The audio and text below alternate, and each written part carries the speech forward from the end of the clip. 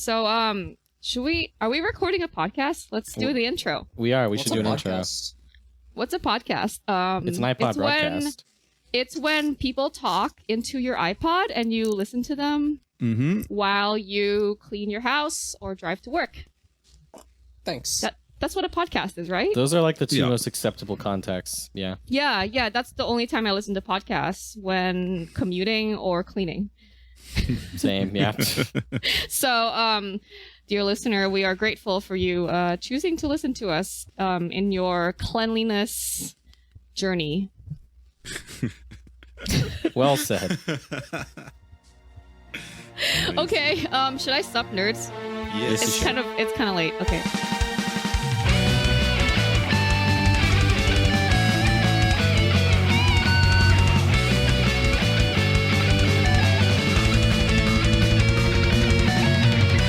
Sup, nerds? Welcome to episode 34 of Powerful, a Power Metal podcast. This is Stella, and I am here with my friends Fernando, Hello. Kyle, Howdy ho. and Andrew Biscuit. Hello, Andrew Biscuit. That's Yeah, that's your name, That's right? only when he's I don't drunk, know. right? Oh, yeah, that's That's right. Andy. No, that's Andy Biscuit. Andy and dog. All right, before I embarrass myself, today we are going to Far too reflect. late for that. Yeah, it's too late for that. I mean, I started embarrassing myself in 2017 when we first started recording this damn thing. Hey, don't get ahead of yourself. But today, we are planning to reflect on the 2010s decade in power metal. The most ambitious non-crossover episode we've ever done. Yeah. I think earlier we tried defining what a crossover was and we got really confused. I think And this we is the Super Smash Brothers of powerful episodes. Because we've got so much bullshit we're cramming in this. I mean, instead of Fire Emblem, it's like Rhapsody of Fire and Luca Turilli just is there like every year. Oh, okay, so we get like Rhapsody of 8 Fire Rhapsody Emblem. fighters instead of 8 sword fighters. Yeah, Right. exactly. What's Luca Turilli up to this year? Who knows? Yeah. Oh man, this is gonna be crazy. But before I get into that, if you haven't followed us on the social medias already, we are on the Facebook at Powerful Podcast, the Instagram also at Powerful Podcast, Twitter at Powerful PM. And if you can't remember all that, our website is powerful-podcast.com. And if you still can't remember all that, I hope you remember that our Patreon is Powerful Podcast, and we are turning that back on because we are actually doing work and recording now. And we decided that our Patreon is going to be a tip jar, and we're happy to take your $1 and $5 donations if you enjoy our content. I think for the Patreon, we decided that it's just going to be a tip jar because we just honestly want it to pay for hosting. Like, we don't want anything crazy out of it, so that's what it's gonna be. And we don't have the time to make extra content. Yeah.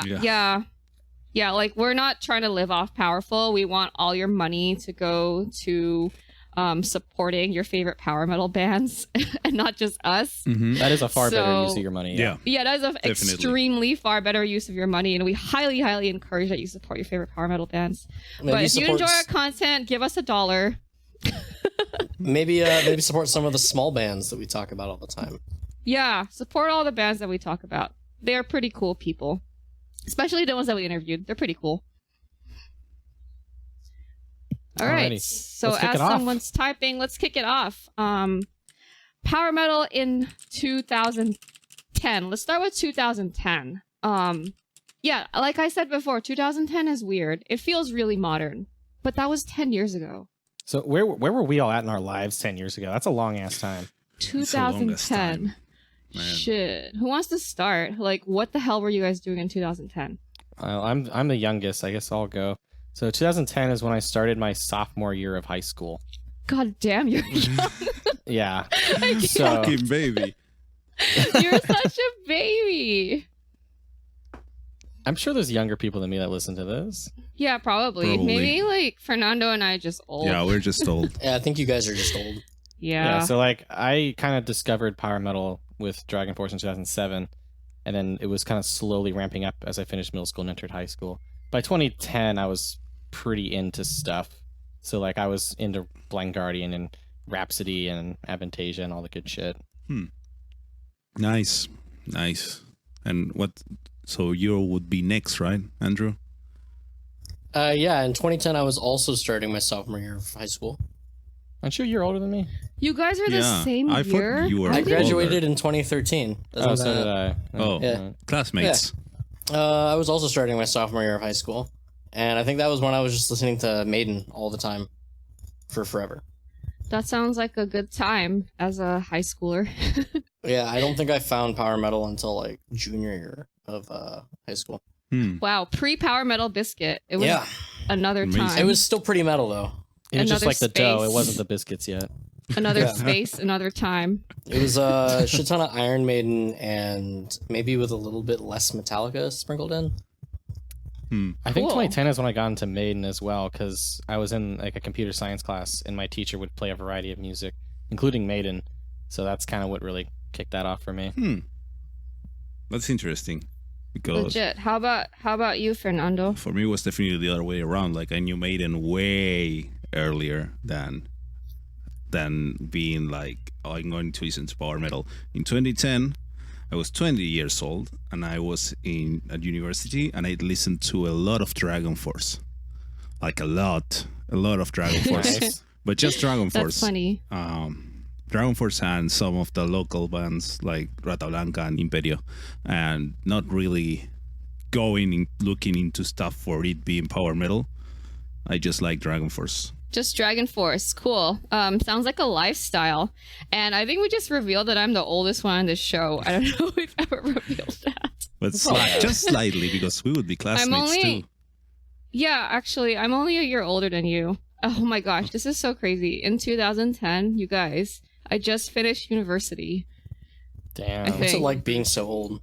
Okay. I don't know. My back kind of hurts, and I go to bed at 11 o'clock. Actually, no, I don't go to bed at 11 o'clock. I wish I did. It's not that bad, actually. It's good. It's good being in my 30s. Life just feels more stable and like chill. Honestly, in my 20s were very chaotic, and I'm just glad they're over. Yeah, so I just finished university. I think StarCraft 2 just came out, so that was a huge part of my life. Oh yeah, that was 2010. Yeah, Wings of yeah, Liberty yeah. was pretty good. Wings of Liberty was like a lifestyle for me. It was pretty much all I did. I remember in 2011 or 2012, I was Yeah. replaying the campaign on Nightmare or whatever, and I think I started playing at like, I don't know, 6 p.m. one night, and then I looked up and the sun was up. Amazing. Like it had gone down and then come back up. Yeah, before I I've had definitely finished done playing. that. I've definitely done that too. Staying up late to watch GSL, Global StarCraft League, which is pretty much just Koreans and like one Swedish guy. And in terms of power metal, 2010, I was already like in the genre for a few years. Dragon Force being a lifestyle, I can totally relate to that. But it was weird. Like in 2010, I kind of just stopped listening to Dragon Force because I had already been listening to them for a while before then. And I kind of just like was starting to get into Halloween and Blind Guardian, the German stuff. And I was a big Nightwish and Sonata Arctica fan in the 2000 somethings. But I kind of like just took a break and I was trying to venture off. I listened to a lot of Edguy and Avantasia. I found Symphony X was a thing, and I was like, holy shit. And then the first album I found was Iconoclast, which is really weird. But yeah, that was 2010. The year when we've kind of moved past the old classic versions of Rhapsody, Strato, and Nightwish. It is so weird because this is like 2010s is like Rhapsody of Fire time. Well, they had been Rhapsody of Fire for a few years at that point, because like 2010 is when Frozen that's Tears of why Angels it feels came so out. modern. It's weird. And like Strato was already like Cotipelto Strato, and we're kind of getting weird, and I like kind of forgot about them. And then when Polaris came out in 2009, I was like, oh, I remember these guys. Durr. So some of the big releases in 2010, I think the most significant one was Blind Guardians at the Edge of Time, which is one of my all-time favorite albums. Like, Are we just it's- jumping straight in? hell Oh yeah, my God, dude, we we're are jumping jumping straight in. dude. Straight into the years. We're not going to talk diving- about trends. We're not going to talk about any Dude, of the it's gonna- older Yeah. stuff. That's That'll gonna come come out of No. what we're It's going gonna to come up. mention. Like we mentioned the Y'all facts, crazy. and then the stuff Y'all crazy. manifests Yo, itself. I thought we briefed you on this. We're jumping straight in. So, Blind Guardians at the Edge of Time. I feel like when that dropped, it was like, holy shit. Because before that, it was like 2006, and they released like a weird rock album, I think. Yeah, so this is when they brought in like the big symphonic bullshit with Sacred Worlds and Wheel of Time. And it's like, Yeah. okay, damn, this is like the next evolution of power metal. This is what it's going to be. Yeah. I thought 2010s was going to be like bigger, more bombastic Which, power and metal. with some bands, it kind of is, but a lot of bands also really brought it back, like to a simpler level as well, which we'll get into. Because this year we also saw Pathfinder's Beyond the Space, Beyond the Time, which we were talking Oh my about. god. Can I talk about Pathfinders Beyond the Space, Go Beyond for the it. Time? Please do. Okay, so for those of you not in the know for some reason, Pathfinder, I totally don't blame you if you're not in the know, because they're like this kind of slow key. They're not really low key. They're like a band from Poland. They play like symphonic power metal, and in 2010 they released Beyond the Space, Beyond the Time. And if you go to Metal Archives and you look at the reviews for this album, they're either like 0, this album is complete garbage, and like nobody, it's just a bunch of rambly mess, or like 100%, this album is phenomenal, it's the greatest thing I've ever heard, and it's like the future of power metal. And all in all, the reviews kind of average out to 50%. I think the best way to describe it is like a It's mixture of Rhapsody amazing. and Dragon Force. Yeah, it's like Rhapsody and Dragon Force had a baby. I really like the original vocalist, Simon Kostro. He has like a really nice, warm, powerful voice. It was so weird how I discovered Pathfinder. They had a YouTube video of like a trailer for their album, and it would like show up in big letters like epic, symphonic, power, and it was just like, damn, this is some crazy shit. And I was like 14, 15 at the time, so obviously it was very appealing to me. And it has a cool sword guy on it. You always Do gotta you have a cool sword remember guy. And their dragons. website? Do you remember their website? You could like sign up and get like demos of their tracks or something. Their website was like, it looked like it was made in GeoCities by a 14-year-old girl. Like Oh my there was God. just like Is it still there up? was just, I have no idea. But there was just like sparkly things everywhere, and then the font was like bright ass blue, and there was just like shit flying everywhere. It looked like one of those GeoCities drag and drop things. It's a little better now, but it's not. And then it had like Good. the names of all the contributors to their first crowdfunding campaign or something. And Was like crowdfunding a huge thing back yellow. I don't know. Apparently it was. I don't know. I remember they did have a crowdfunding thing, and it might have been like for their second album in 2012 though. So some But other yeah. interesting albums that came out that year. I think like kind of like a weird transition time for some. Like Angra put out Aqua, which is I think usually seen as one of their weaker albums. I Avantasia- disagree. Oh, do you? Aqua, I feel like Aqua is really good. I think in 2010, Angra is with vocalist Edu Falashi, and I think it was the last Edu album. yeah, this is the last Edu album, and at the time, I feel like this is when he's starting to like overstrain his voice. He got really sick, and he was putting out a bunch of kind of weak live performances. So it may have been a rough time. Avantasia were wild and did 2 albums in 1 year with Angel of Babylon and Wicked Symphony. Oh yeah, that definitely happened for Avantasia. And that was like the first time that Avantasia died, because like Toby's like, oh no, this is it. It's the last Avantasia, and it totally wasn't. Isn't Yeah, it like the second time Avantasia- Avantasia died though? Weren't Or they was it the second? They were originally only supposed to put out the first 2 albums.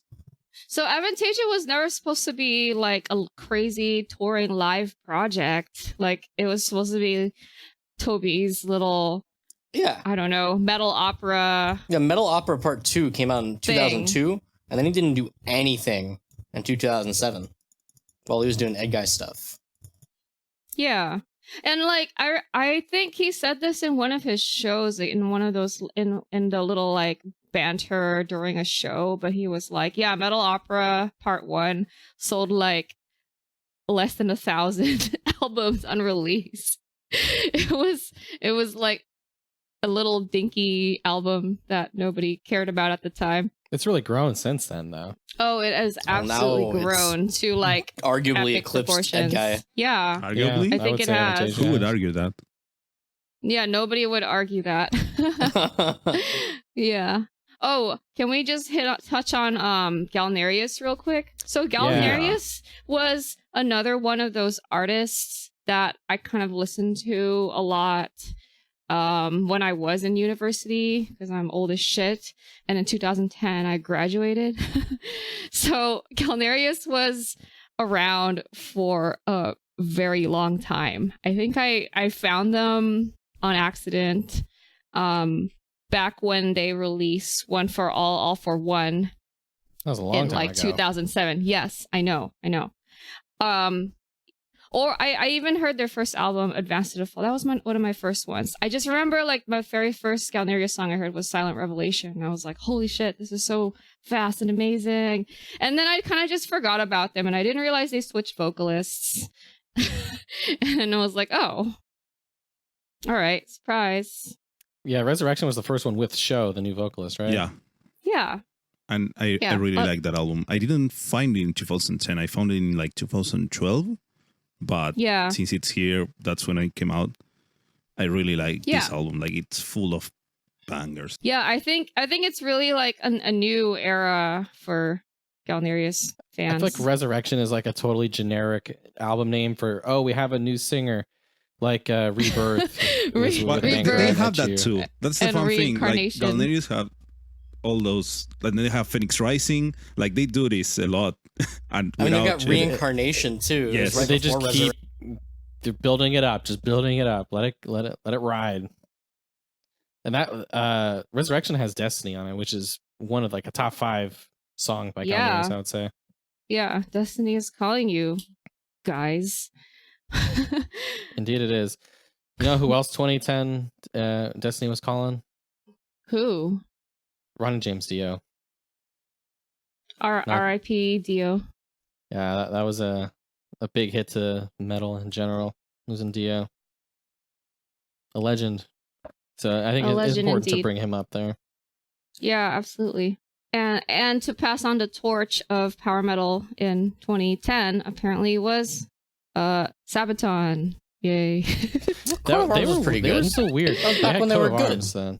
Yeah, actually, that is true. This is back when they were actually like, I think they were just a unique sound in the genre at the time. They were still pretty small back then. They've been around for a Yeah. long time. Absolutely, They've been around since 2000. That's wild. 20 years. Yeah. Yeah, I was never the biggest fan of Sabaton, to be honest. But, you know, Coat of Arms has its merits. And, yeah. Do they play anything from Coat of Arms still? I don't recognize a single Um, song name from this. The White Death, maybe. White Death might be the only one. Do they play Aces in Screaming- Exile. Do they play Screaming Eagles? That's a popular song, right? I think they I play don't- Screaming Eagles, Aces in Exile, and The White Death sometimes. Maybe The Okay. Final Solution. Okay. But they probably also have 18 other songs that are similar to The Final Solution that it might be confusing. Yeah, that's very probable. Yeah. They play a bunch of stuff from the previous album, The Art of War. Yeah, Art of War is like their first like big, holy shit, this is pretty good. It's like, But that holy was shit. Yeah, that put them on the 2008 or map. so. Yeah, that was 2008. They But play yeah, Cliffs of Gallipoli a lot. And 40 they to 1. do. They do. And Ghost Division, obviously. Oh, that's their opener. I don't think they open on Ghost Division anymore. They don't? Okay, do I guess I Nightwish- haven't they do watched a Nightwishes, yeah. Sabaton live for a long time now. But yeah, I think it's important, regardless of how you feel about Sabaton, I think it was important to acknowledge that, you know, they definitely put themselves on the map with their 2008 release, and they're just up on the rise in 2010 and beyond. Yeah, and we'll explore that here. Yeah. Cool. All right, I think we should hit 2011. Yeah, it was definitely a different. There's definitely a lot of like transitional kind of eras in 2010, but. Well, Yeah, before we move on to 2011, it was an excellent year, I think. before we move on, let us bid good farewell to the bands that didn't make it out of 2010. Yes. Actually, yeah, that's an important thing to bring up. There was a bunch of bands that we thought were going to be like the future of power metal that even though they didn't even make it to the 2010s, to me they sound really modern. I might be saying that too much, but they really do. Like, shout outs to Heavenly. Are they still around? Maybe. Possibly? Big maybe. They're around on Facebook. But does like the occasional like But that biannual post on Facebook really count as being alive? Oh my gosh. They've teased that they are, but who knows? Metal Archive says they're active. Metal Archives is user curated and a little out of date. Metal Archive says Lost Horizon isn't. Yeah, actually, Lost Horizon hasn't, like, were they even around when the internet became widely available? They have a really interesting website. I think 2010 is when they put up like their demos for the new album. Oh, okay. Like they're like, oh, we're looking for our singer, and here's some demos from the third album, and then it hasn't changed and then since then. Silence. So R.I.P. 2010 Lost Horizon. Wild times. Yeah, and like these are bands that we thought were gonna be like the modern, like top power metal bands, like the next Rhapsody. Well, I mean, Fairyland's coming out this year. Fairyland's supposed to be They've like got news the coming next soon? Rhapsody. Yeah. Fairyland's gonna have a music video soon. They said Didn't they shot say it. that like several months ago? They I had don't some know. issues with post-production. Maybe they'll finally release it. It's only been fucking 11 years at this point. They said that they've got a music video shot and it's just about ready to go. And then as soon as that video comes out, the album's right around the corner.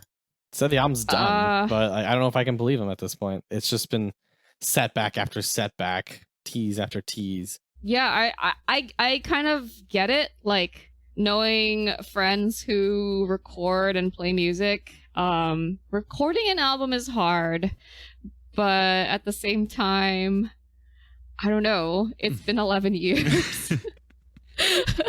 Has any band actually come back after that long of a hiatus?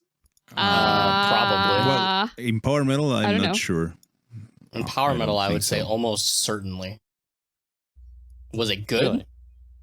Was it good is the real question. Probably not. Because Yeah. Well, there are bands that people come have back. disappeared and for like decades and come back and played live for sure. Like Liege Lord, like they play live now. They haven't released a thing since like the 80s, which is ridiculous. But Fairyland, I don't know. I have no hope. And you know, another artist that I feel like are actually dead is Dragonland. Speaking of bands, That's a segue. Hey, 2011 had an incredibly strong showing from Dragonland under the Great Banner. 2011 was 9 years ago, bro. It was. You know, that's when Skyrim came out. It's when Dark Souls came out. Yeah, and 2009 was 11 years ago. We can count the numbers. Holy shit. So, I mean, if Fairyland's got an album coming out, Dragonland's not crazy. Fairyland does not have an album coming out. Dragonland is dead. Maybe if you have the word deadest of land the dead. in your band name, you just gotta wait 10 years. You've got to die after 10 years. 10 years after releasing your last album. But yeah, I highly doubt Dragonland will be releasing anything because their main composer is busy with Amaranth. Gotta make Is that what money. they're called? Amaranth. Yeah. Actually, Amaranth is an interesting band to discuss as well. Can we discuss Amaranth? We can. I'm not very familiar with their work, but go for it. I'm familiar with the Okay. latest album only. Oh, really? I only have listened to the first two albums, really. And this might be a little, like, out of order in our chronological numbers thing, because counting is hard. But Amaranth's first album was 2011. Actually, that is totally not out of order. Yeah, Amaranth was 2011. They're from Sweden. I think they're like electronica / pop metal mixed. They have 3 vocalists for some reason. Lead vocalist is Elise Reed. She does like guest vocals on pretty much everything ever. She's very popular. Like Demon and Angel. Best song of last year. Wow. Yeah. DNA. Demon and Angel. Best song title, best song. Amazing song. Fabio is great. So is Elise.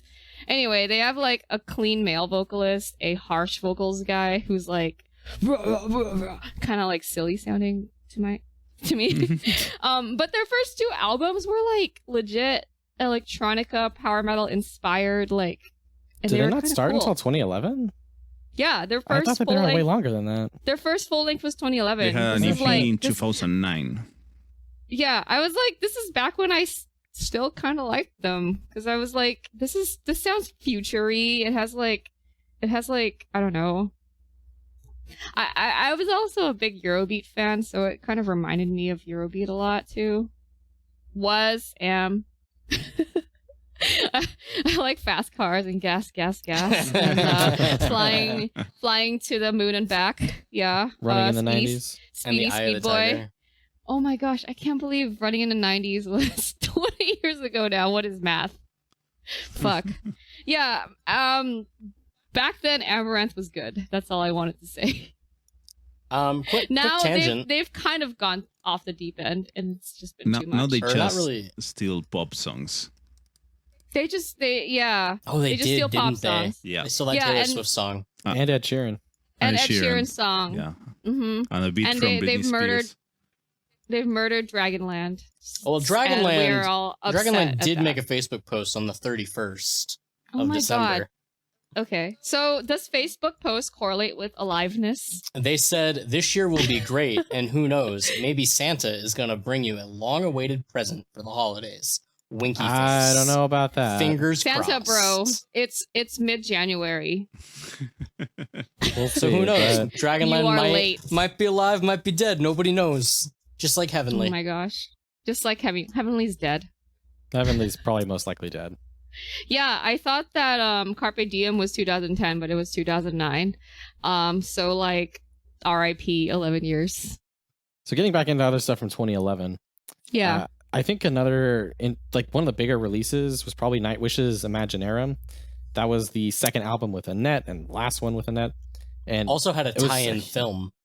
oh yeah, I forgot about the weird ass movie. It is Oh, yeah. a trip. Did you watch it? I did. I've never watched It's it. a trip. It's a I trip, never watched man. it either. It is like is this it high worth seeking concept. out?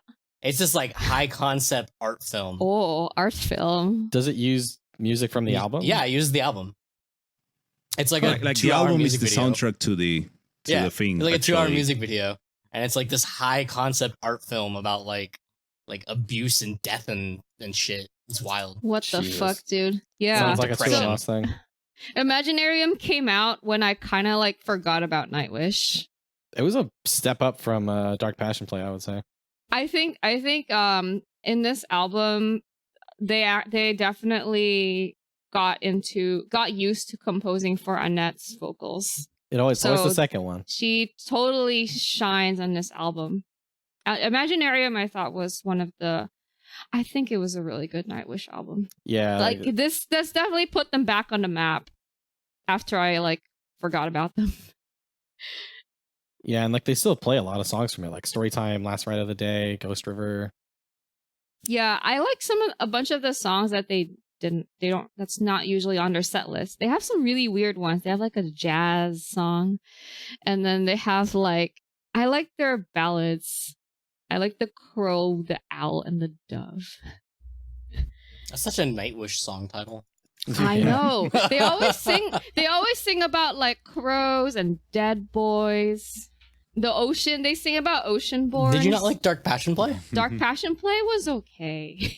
It has Amaranth, so that's good it enough. does.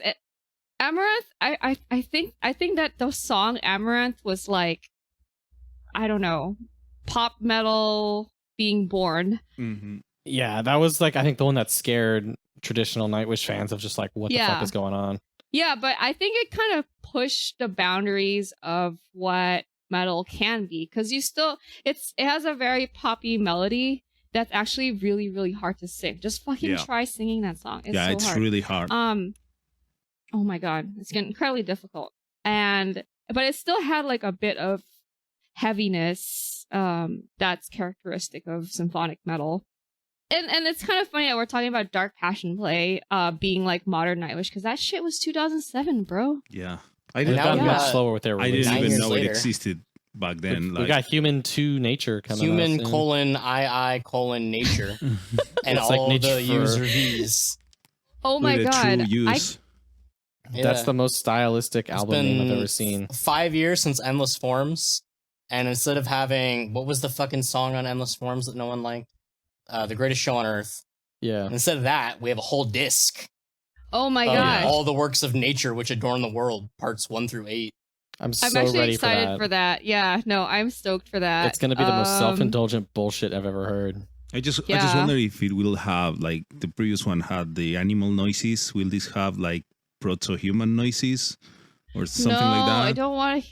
I already didn't want to hear that. So the 8 tracks are Vista, the Blue, the Green, Moors, Aurora, Quiet as the Snow, Anthropocene, including Hurrying Him to Nikal. What Oh, was yeah, that? that part. What does why are we any of this including that? mean? I'm pretty sure that part is like a lot of people going like,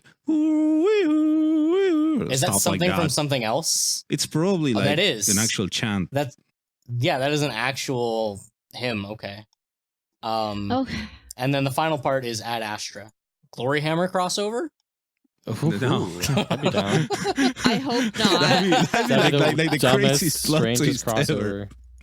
Yeah, no Just way. Like, you got like his whole CD worth of weird ass Nightwish shit, and then Angus McFife shows up and just like punches you in the face.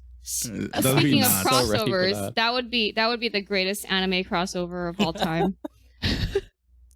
Oh my god. With like Chris Bowes on guest vocals too. Ailstorm comes sailing in. God. They come Oh back my through time. god, I don't know if I can handle Thomas that. comes out with an even bigger hat with cannons in his hat. Cannons in his hat. Okay. Yeah. Holy shit. Yeah. So I don't know. Skipping ahead to present time. Yeah. Nightwish has definitely gone through many evolutions, and I think we need to go back through time to 2011. yeah, and they already sounded like modern in 2007 and 2011. Shit. So let's take it back to let's take it back through time to Ailstorm. Oh my god, you guys both just made the same segue. Fuck. It Yeah. works. Oh, fuck you. Great minds think alike. Exactly. So I think this is when Ailstorm, because this kind of coincides with the internet and social media getting a lot bigger. The internet. So like a meme gimmick band can spread a lot more easily. And I think Back Through Time is kind of where they started hitting that.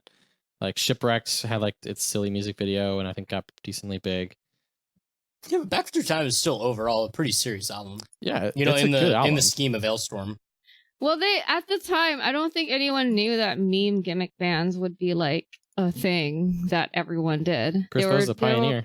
Yeah, that Oh was yeah, he's a true pioneer. Pioneer That has sailing Death through Rows of the Terror seas. Squid on it. That's like a legit, pretty, Yeah, really strong like- song. This was legit when Ailstorm still had a whole nother album before they went full meme. Yeah. Yeah, they were just like a nice pirate themed band. Like they didn't go full meme until after Sunset on the Golden Age. They had their like hits, you know, they had Shipwrecked and Keelhauled and Drink. But those And are then- also like piratey songs. Yes. Yeah, they were that Drink is very piratey. It wasn't like, haha, this is a joke. I'm fucked Yeah. with an anchor, silly dogs. None of that yet. It was just like good, honest pirate themed music. But they And had now we've got they had in 2011 the cover from "You Are a Pirate" from Lazy Town, and I remember that video on YouTube at the Oh time. man, that was back then. Yes. It was. So and you had that animated version that someone made with their version of the song. I think I'm trying to find the actual dates for that, but yeah, it was in 2011. So they were seeing the future then. I think that's what's happening in 2011. They've come a long way since then. and now they're doing some like weird ass new metal bullshit or something. Yeah, but based on Donkey Kong. So I have no idea what The- their next album is. Is that what the Curse of the Crystal Coconut's supposed to be? Yeah, like that- a Donkey Kong based. that title is from Donkey Yeah. Kong.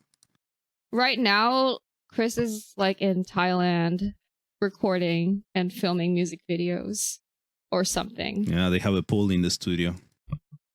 Yeah, you can follow them on Instagram. That seems like an overly expensive way to make an album. Got a loan from Napalm. That's fine. True. It'll pay itself back. Yeah. I really do like Chris. He's a cool dude, and he's very candid with the whole industry. All the bullshit in the music He's industry. a lot more candid than anyone else. Like any other band is kind of holding their cards close to their chest, and Chris is like, I don't give a fuck. It's like, oh yeah, this dude at Napalm, that guy fucking sucks. Yeah. Chris is a cool dude. Shout out to Chris. Yeah, he keeps it real. A couple other strong contenders from 2011. I think it's worth mentioning From Chaos to Eternity by Rhapsody of Fire, because that's the last like big real Rhapsody of Fire album before the weird split that they did. I think it was the last one with Christopher Lee too. It's before Luca left the band. Yeah, that was before. I think they had Tom Hess on that album still, which was weird. Yeah.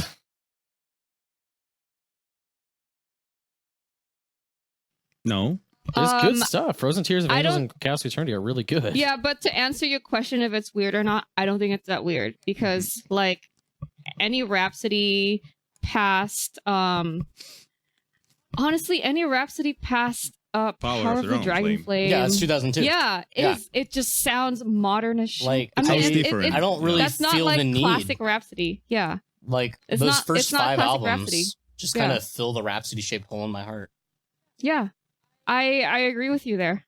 Maybe I mean, don't do a disservice to yourself. Maybe- There's some good stuff there. maybe stretch it to Symphony of Enchanted Lands 2. But even then, it already feels a bit different. You know, Yeah. I almost bought Symphony of Enchanted Lands 2 at the record store on accident.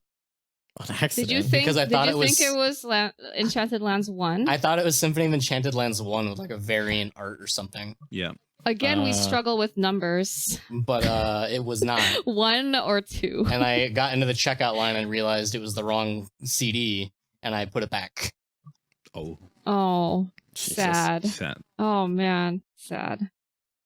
But the art really does kind of look like an updated Yeah, it version. does. There's like That's the a I idea. thought it was like modern a looking re-release red art. dragon. It's got a dragon on it. Yeah, It's better art. But anyway, 2011. it is. Yeah, Yeah. I think the last one that I wanted to mention for 2011 is Symphony X.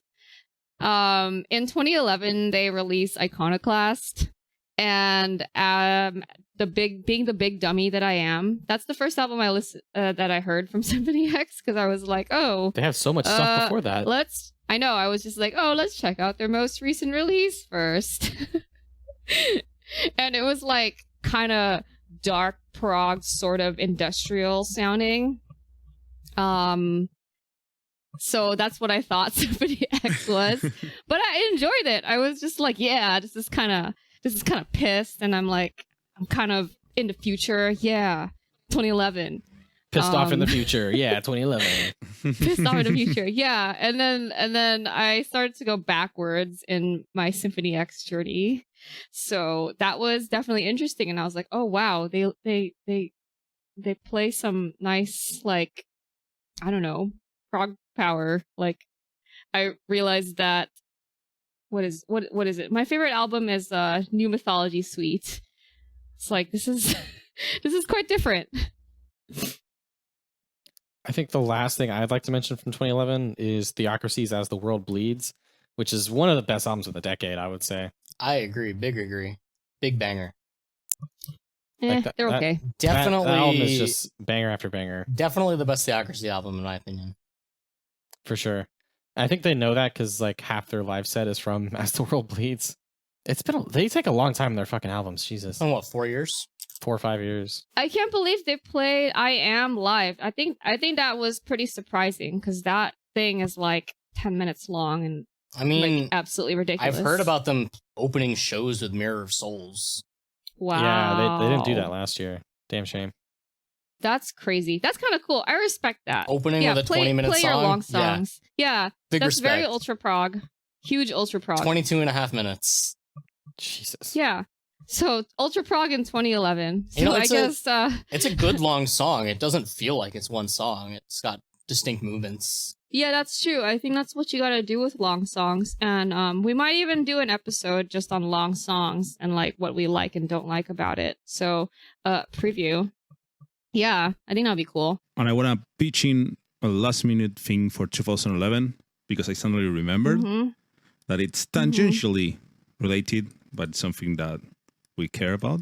In 2011, X Japan released Jade. Actually, yeah, that's a huge deal. Let's talk about So that. it was the first single, the first new song they released. They had released in 2008 IV, which was made from all recordings from Hide. But Jade is like a true new song. So it would be the first true new song since like 98. So yeah, that's it was the first new song since like the 90s. It's crazy. So your 10-year gap, here we have a band that suddenly came back after more than 10 years. And it was like, it wasn't a re-release, it was an actual new song. And it was like, damn, X Japan is coming back. They presented Sugizo as a new guitarist. And it was like great. And they started touring. They made the world tour. It was like the year that X Japan came back again. That's exciting. And it probably gave everybody hope that there will be another X Japan album. Yeah. Do you think that there will be another X Japan album? No, not really. Not anymore. Yeah, we've got to be realistic here. I mean, they played Coachella that one time. Yeah, that was sad. They barely so survived that Coachella he shouldn't performance. have played there. I was so we were like, I don't know, my husband and I were watching that along with Fernando. We were like chatting online. We were like, oh my god, I hope Yoshiki doesn't just like drop dead. Like they honestly look like they're about to drop dead. Yeah, he did. It was scary because especially he shouldn't have been playing when they played. Yeah, when they played the faster songs, like I just thought he was gonna die. Mm-hmm. Yeah, but back in 2011, it was great. New X Japan track. Oh. There was hope in the world. Yeah, and it's actually a really cool track. I like it a lot. Oh, can I? Okay, so this is not X Japan related, but I just remembered something as we are reflecting on our years. So back in 2010, there was this band called Camelot. What? And No. Who's that? Camelot. It's a bunch of musicians from a place that played a music of the symphonic metal variety. And in 2010, Camelot released their last album with Roy Khan on vocals. It was called Poetry for the Poisoned. I don't think I've ever actually listened to it because I've heard people say it's bad. Really? That's the reason you should listen to albums. My God. No, I agree though. I think I've only listened. I don't listen anything to anyone says. Camelot after Black Halo. Yeah, I think Black Halo is the last okay. Camelot album I Bros. listened to until fucking Shadow Theory. Bros, let me tell you, Poetry for the Poisoned, I think it's worth listening to just for like the history. I think it has some really interesting and great tracks. You've probably heard the Great Pandemonium from like shows and stuff, right? Maybe. Yeah, maybe. Jesus It's at Christ. a show. We don't know. Am I the only Camelot fan here? Jesus. I've seen Camelot You guys twice, are but it was killing on me. their Shadow Theory tour, so they had like a Yeah, weird you set guys, list. you guys are killing me. But basically, I think a lot of people didn't like this album because it was like really dark and gloomy, and like it had Just listen to Khan the doing name. a lot of. Poetry for the Poisoned. It's cool. The cover art is creepy. There's like two weird naked purple people Naked with purple like people. with like ninja masks. They look really creepy. But Oh, we've got 2010, Khan doing all sorts of weird stuff with his voice in this album. And if you followed kind of Roy Khan's story, like he got I don't know what happened, but like he got really depressed and he was suffering a lot at this time, and I just feel like you can hear the anguish in his performance on this recording of this album. And he couldn't tour with them in 2010, so they replaced him with Fabio, actually. So there's a bunch of Camelot shows on YouTube with Fabio on vocals. That sounds awful. sounds awful is probably a good description. It was interesting. Let's just put it that way. Yeah, so Roy-Con got really sick and dropped out of the tour and then left the band. And Fabio covered for him. And I forgot who else covered for him. It's like, of course it's Fabio. Yeah, of course it's Fabio. Yeah, eventually Tommy Karavik, lead vocalist of Seventh Wonder and current Camelot vocalist, was called upon to replace him. And at the time, it could have made sense. We're like, oh, we're pulling prog metal vocalist from somewhere in Europe for this like American symphonic metal band. Okay, sure, that makes sense. But yeah. And we're back in 2012, let's with say. Silverthorn. There you go. How about that? With Silverthorn. Yeah, with Silverthorn, which was their first release with the new vocalist, Tommy. And I think people were like kind of missing Roy-Con still at this point. Can I be honest? I didn't know they switched vocalists when I first heard like Sacrimony. Oh, interesting. Because like I thought he changed his voice to be similar-ish to Khan. And I wasn't like a big Camelot guy at the time. So I didn't know they had changed vocalists. Damn, that's crazy. Actually, that's an interesting comment, because I think Tommy at the time was kind of trying to mimic or imitate Roy Khan's vocal style, because he's a lot more like operatic and he has such a like deep and warm voice, and he had a way more dramatic delivery. So he definitely didn't sound like Tommy of Seventh Wonder. Oh no, I wasn't too big on Silverthorn except for Sacrimony. Thought it was kind of boring outside of that one. It wasn't a very power metal-y album. It's got some hella Camelot song titles. So what? Which one? Which ones are you talking Prodigal about? Son, Part 1, Funeral. Part 2, Burden of Shame, The Branding. Part 3, The Journey. Jeez, so like really edgy shit. Veritas, Manus Dei. Yeah, this is Camelot AF. Yeah, I think not Sacrimony, fucking Silverthorn was like, oh, Camelot is back, their new vocalist, they're okay. I don't know, it didn't have the whole like dramatic delivery that, let's say, Black Halo or even like Ghost Opera had, you know? Yeah, definitely not. It was a little bit less theatrical, but it was okay. And speaking of new vocalists, 2012 also saw Dragon Force's first album with a new vocalist. Oh yeah, that was actually a big deal, and that was a huge deal. That was a huge deal because I like Nightwish. I forgot about Dragon Force. Actually, I didn't really touch Dragon Force again until 2014. Like I did so much Dragon Force 2007, 2008 that for the next 4 years I just kind of like dropped off of Dragon Force. Yeah, I totally didn't realize The Power Within came out until 2014 when Maximum Overlord came out. Overlord? What? Whatever. That one came out. I was like, oh, Dragon Force has 2 albums? And they have a new vocalist? What's happening? The Power Within took a long time for me to get into. Like, I really like it now. But it was such a departure from their style because they did like a lot of shorter songs, less guitar wankery. They slowed it down sometimes. Mark has such a different voice than ZP. It was so weird. It was so weird for me to get into. Yeah, it was very weird because Power Within had like not Dragon Force-y sounding stuff. Like Cry Thunder didn't sound like Dragon Force to me, and neither did Seasons. I'm just like, what kind of fucking rock band am I listening to? Yeah, but like those are really Force. popular songs from that album. They like, are, but they are just great didn't sound like songs. Dragon Force to me. Good, I was so weirded out.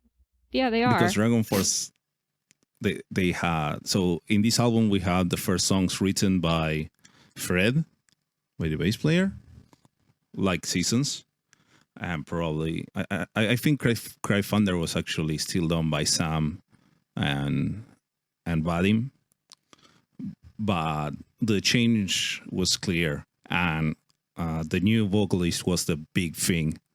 I remember that I was following the open auditions for this. They had started in 2010, actually. So in 2010, they announced that they were having open auditions around the world to get a new vocalist. Anyone could enter, anyone that submitted a video to them via YouTube, singing, I think it was The Last Journey Home. And they provided the backing tracks, and that was the only thing. I'm being like older than 18, and that's all. And I remember you could have entered. Yeah, Just kidding. I think a lot of people thought about it. Like, can I sing this? No, I can't. But it would be fun. There were a lot of videos. But I will try. Yeah, there were a lot of because it was a requirement to send a video, but private to them. You could make it public if you wanted to, but it didn't affect the process, they said. And there's a lot of public videos with people that definitely could not sing Dragon Force.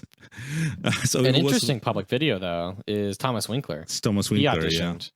No way. Yeah. I want to watch that. Yeah, there's a video of Baby McFife doing Last Journey Home or whatever it is, and that's how he got the job for Glory Hammer. Yeah. That's amazing. I love that story. And this is something that I thought was really cool. At the time, we mentioned that this was the time when the internet started being a big thing for everything. And the fact that a band that was already successful, it was already international, but they just said, okay, we're holding open auditions. Anyone can come in. Like, you don't have to have the music industry connections. You don't have to be in the same country as the guys are. You just pull up a video, put it on their site, and wait. And it's like, that's amazing. You know, I was just thinking about Dragon Force has kind of always been ahead of the game on the internet stuff, because open auditions on the internet weren't much of a thing then. Plus, recently, like, they're doing all the shit with Twitch, which most other bands don't do. They're about to That's fucking really stream their interesting. whole tour on Twitch. Yeah, that's pretty cool. Yeah, definitely. That's like unheard of. That's just it's probably the fact that Dragon Force has the perfect overlap of the standard power metal fan, which is just a nerd that might be tech savvy. Like Herman used to code websites as a side gig while starting with his bands, and he was like an IT dude. And Sam is just a video game fan, so it kind of makes sense that it's them that have been on ahead of the curve on all the internet things. And at this time, like, I remember it was like you were watching all these auditions and were thinking, maybe it's one of these guys. Which one would it be? Maybe choosing, but of course there were all the other ones that were in public. For example, Mark's audition, I think it was private, so nobody saw it coming because you couldn't. He just probably emailed it to them, right? Yeah, because that was what they say. Yeah. Like, they say, just send us the link. It has to be a YouTube video, but you don't have to make it public.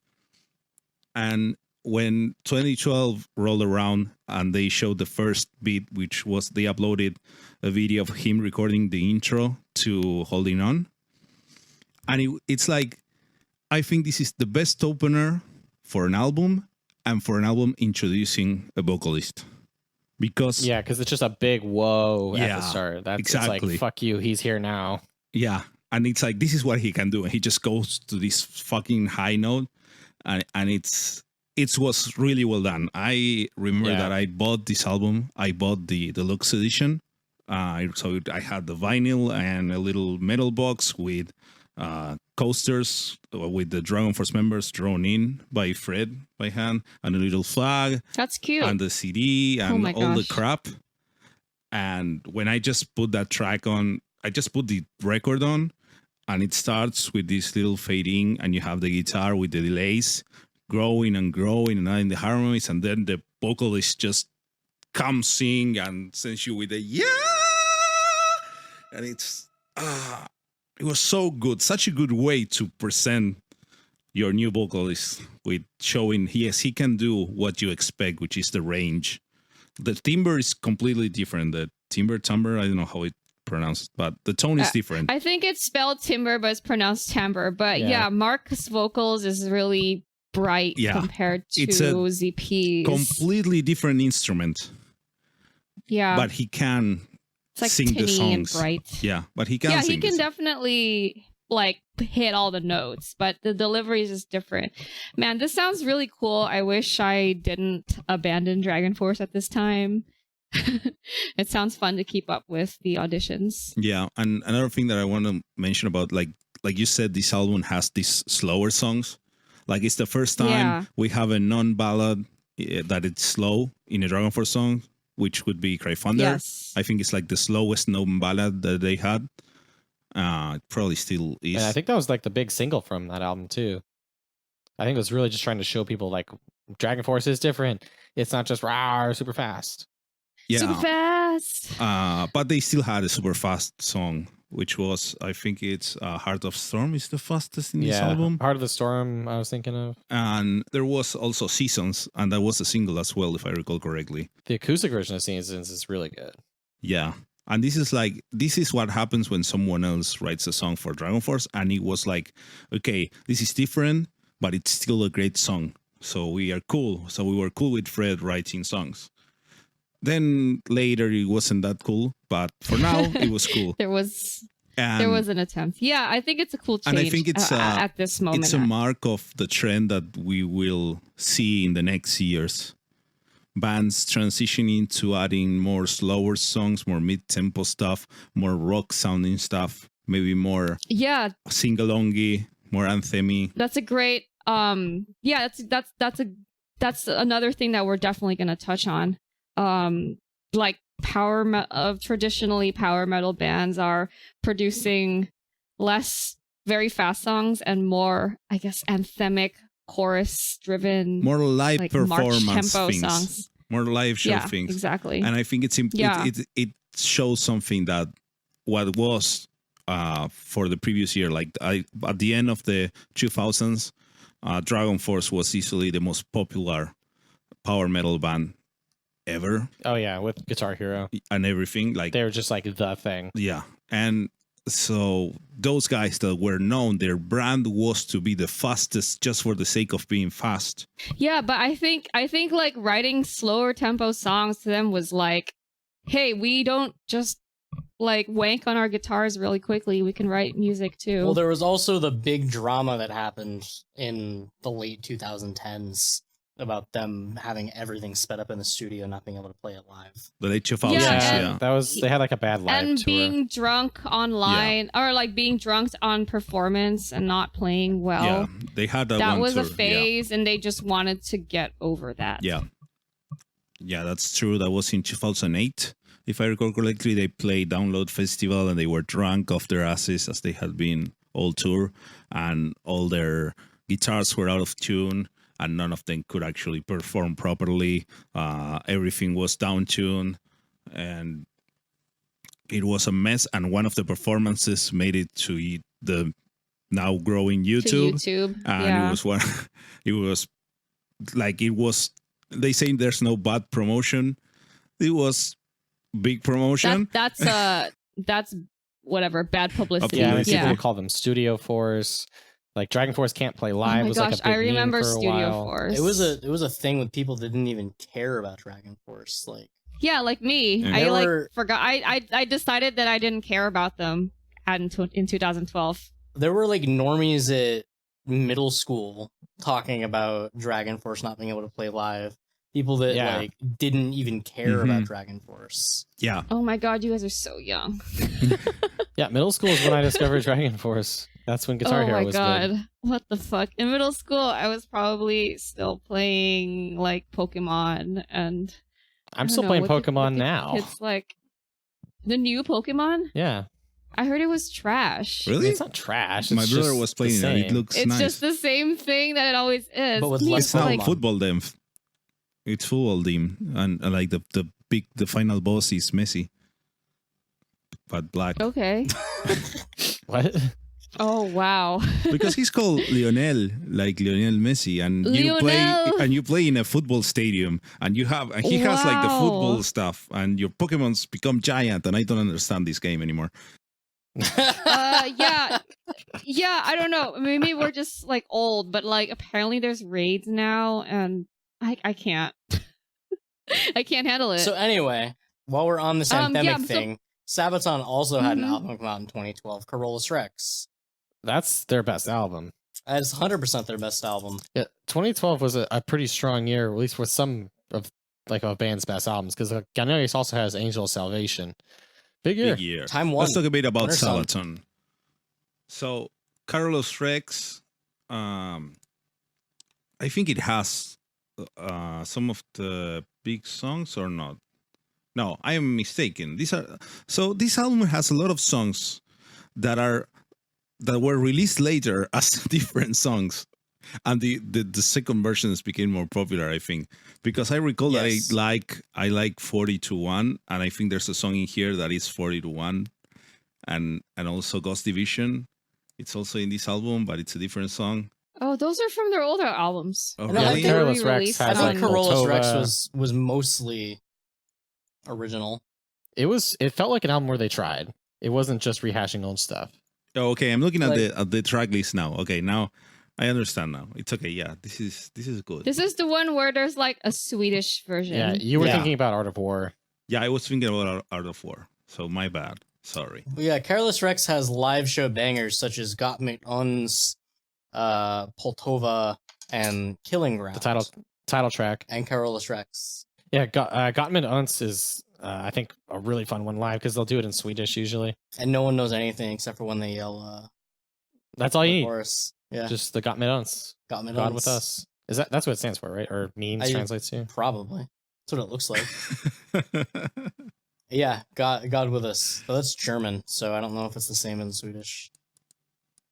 Don't hurt I would yourself, assume. guys. It is, yeah. You're like struggling with Swedish/German. Bunch of We're Americans. both Germanic. Yeah, I guess. Like in a far off, distant ancestor. Those are some basic words. God with us. I did look it up though. It's Okay. the same. Okay. Yep. Yeah, we have the internet. Yep. We do. Yeah. And then one of you mentioned Angel of Salvation from Galneryus. Hell yeah. Yeah. What an album! What a song! Yeah, that was a extremely strong and iconic release from Galneryus. They really didn't Yeah, miss a beat having the new vocalist at all. There was no like awkward transition. No, No, not at all. Nothing. There wasn't like a transitional album like, I don't know, many of the other bands we talk about. They're not Nightwish. They're definitely not Nightwish. Yeah, because Yeah. the main thing there is that they changed vocalist, but they didn't change the style of vocalist. They Oh yeah. both can totally. do everything, so they just kept on going.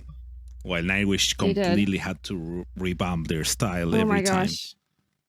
Yeah. Nightwish actually had I don't know if you guys heard the demo of all the Dark Passion play tracks with Marco on vocals. That sounds I haven't heard that. No, It's- that sounds good. It's really it's kind of cool.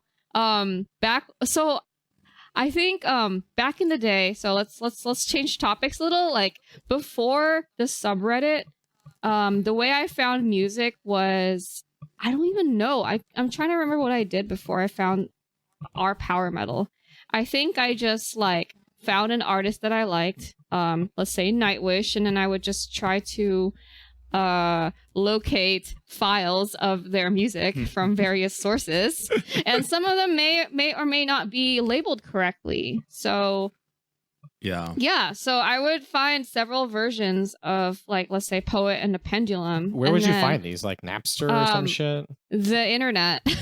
Because for me, I always found before the subreddit, I used YouTube because it'd be like, okay, I'm going to watch this Rhapsody video, and there's all these related videos, or maybe people in the comments are going to talk about stuff. Yeah, but remember, That's how Okay. I found out. Stella was looking for music Stuff. 10 years before you were looking for music. Well, she's old. Fuck, That's I'm- not my problem. Oh yeah, Yeah. I'm old. That's I My didn't problem use is I'm YouTube old. for music either. Yeah, I didn't use YouTube either. I don't really. I'm trying to remember. It's How did probably you like people find Spanish things? blogs. Spanish blogs.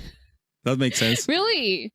Yes. The all the text was in Spanish, and then there was a track list, and there was a shady link on the bottom, and then Yeah. you get on your VPN, and then you download it, and you hope for the best. Did You you didn't even have a use a VPN VPN. back then? You didn't have a VPN in You did And not then- have a 2008. VPN.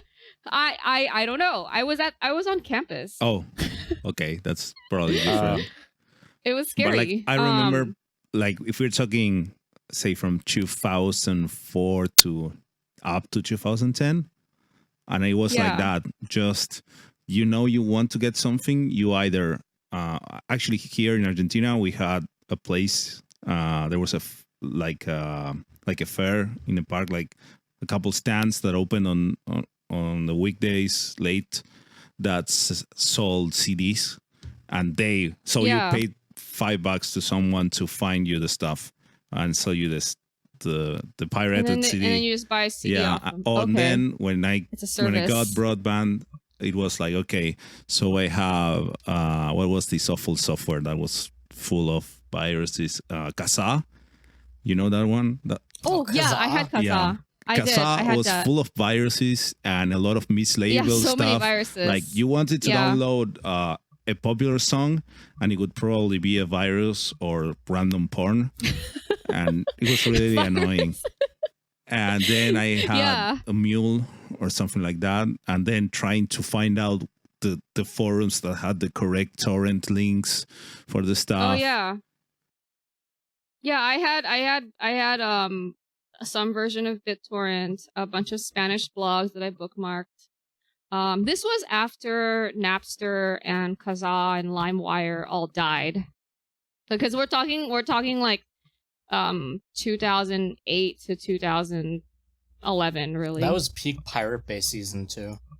That was before Yar. the Pirate Bay Yeah. got That was before the Pirate killed Bay 18 died. times. Yes. Yeah.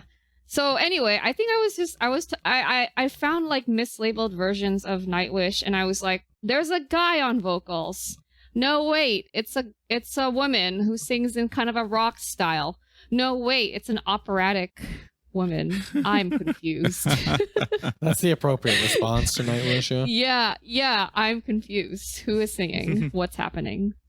Why are animals fucking? I'm lost. That's the current response to Nightwish. We're not even at 2015 yet. What else came out in we're not 2012? even there yet. Oh, 2012. Another thing that confused me a lot in 2012 was Sonata Arctica. That was the beginning of the end. Yeah. Stones Grow Her Name is just like a what the fuck kind of album. What would you say Sonata Arctica Yeah. didn't make it to the 2010s? Pariah's I- Child has like 2 good songs on it. I would say I after don't- Pariah's Child, they died. Yeah, because I still really liked them up to the Days of Grace in 2009. Sonata Arctica was like my favorite band, you guys. Like, I think. I think Stones Grow Her Name could have been called it's a one-off bad album. Yeah, because that was just like, ooh, that happened. But then you see Pariah's Child, and you're like, maybe they're rebounding. But now we know Yeah. that they died. Stones Grow Her Name was like a harbinger of the end. With hindsight, Harbinger of the end. we know that they died in 2011. Yeah, but at the time we were like, 2012. not every discography can be perfect. Yeah. That happened. Yeah. So that was very confusing. What else kind of confused me? Time. Time. Oh my Time God. is so confusing. Time one. Time. The biggest Melodeath album to drop I ever. was so into Time 1 in 2012. That was my shit. I listened to it nonstop. Yeah, and we're talking about Time One by Winter Sun. Just to be clear, Winter Sun had an album in 2004 called Winter Sun, and then they waited 8 years. waited It was 8 such years. a meme for 8 years. Like, oh, when Time comes out.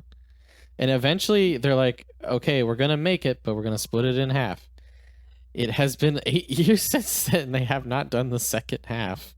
There's no way, and I think, what year was it when they were talking about having a decent enough studio to release Time 2? I think this was around 2014, right? Yeah, well, When but even back before on- Time 1, they was like, oh, my computer doesn't have enough RAM to make orchestrations. And yeah, it's like, well, buy more RAM then. just download more RAM. I think It's RAM gonna was be cheap okay. too. RAM wasn't expensive in 2012. You couldn't just download more RAM. Or maybe in Finland, you can't download RAM. Maybe you can grow it in the snow. You get- In the but forest, yeah, you just find some RAMs. After obtaining some downloaded RAM in the forest, ideally Yari would have had his own studio space that he needed to. I think the sauna meme came from like an old Facebook post or something, right? The Sauna meme was a Where- couple years later. It's later. That's the second. It's yeah, later. it's I later. thought the Sauna meme was with the forest package. Yeah. It was in It's between. on No, it was before the forest package Yeah. thing came out, because there was a little like screenshot of like a Facebook post or something Yeah, where there's like the an plans. essay detailing.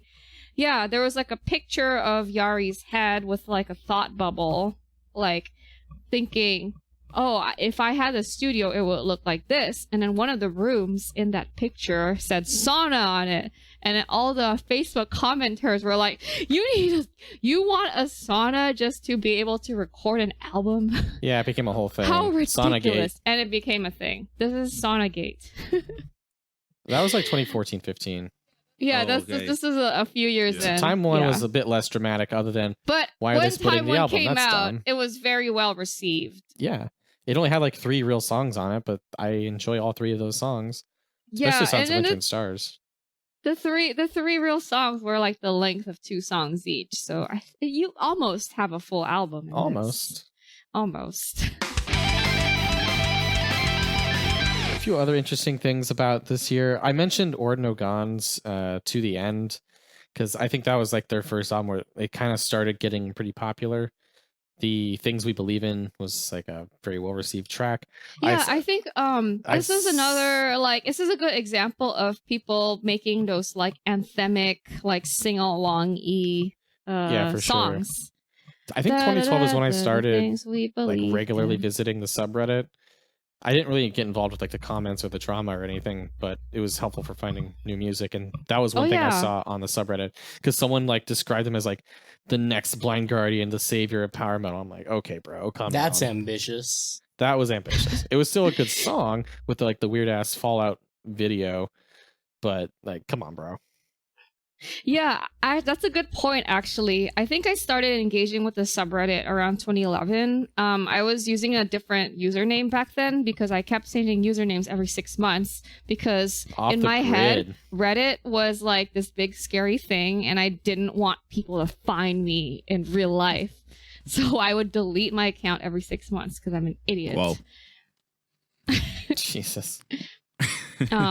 Yeah, so I was not 4 gates on Reddit back then. 3 gates?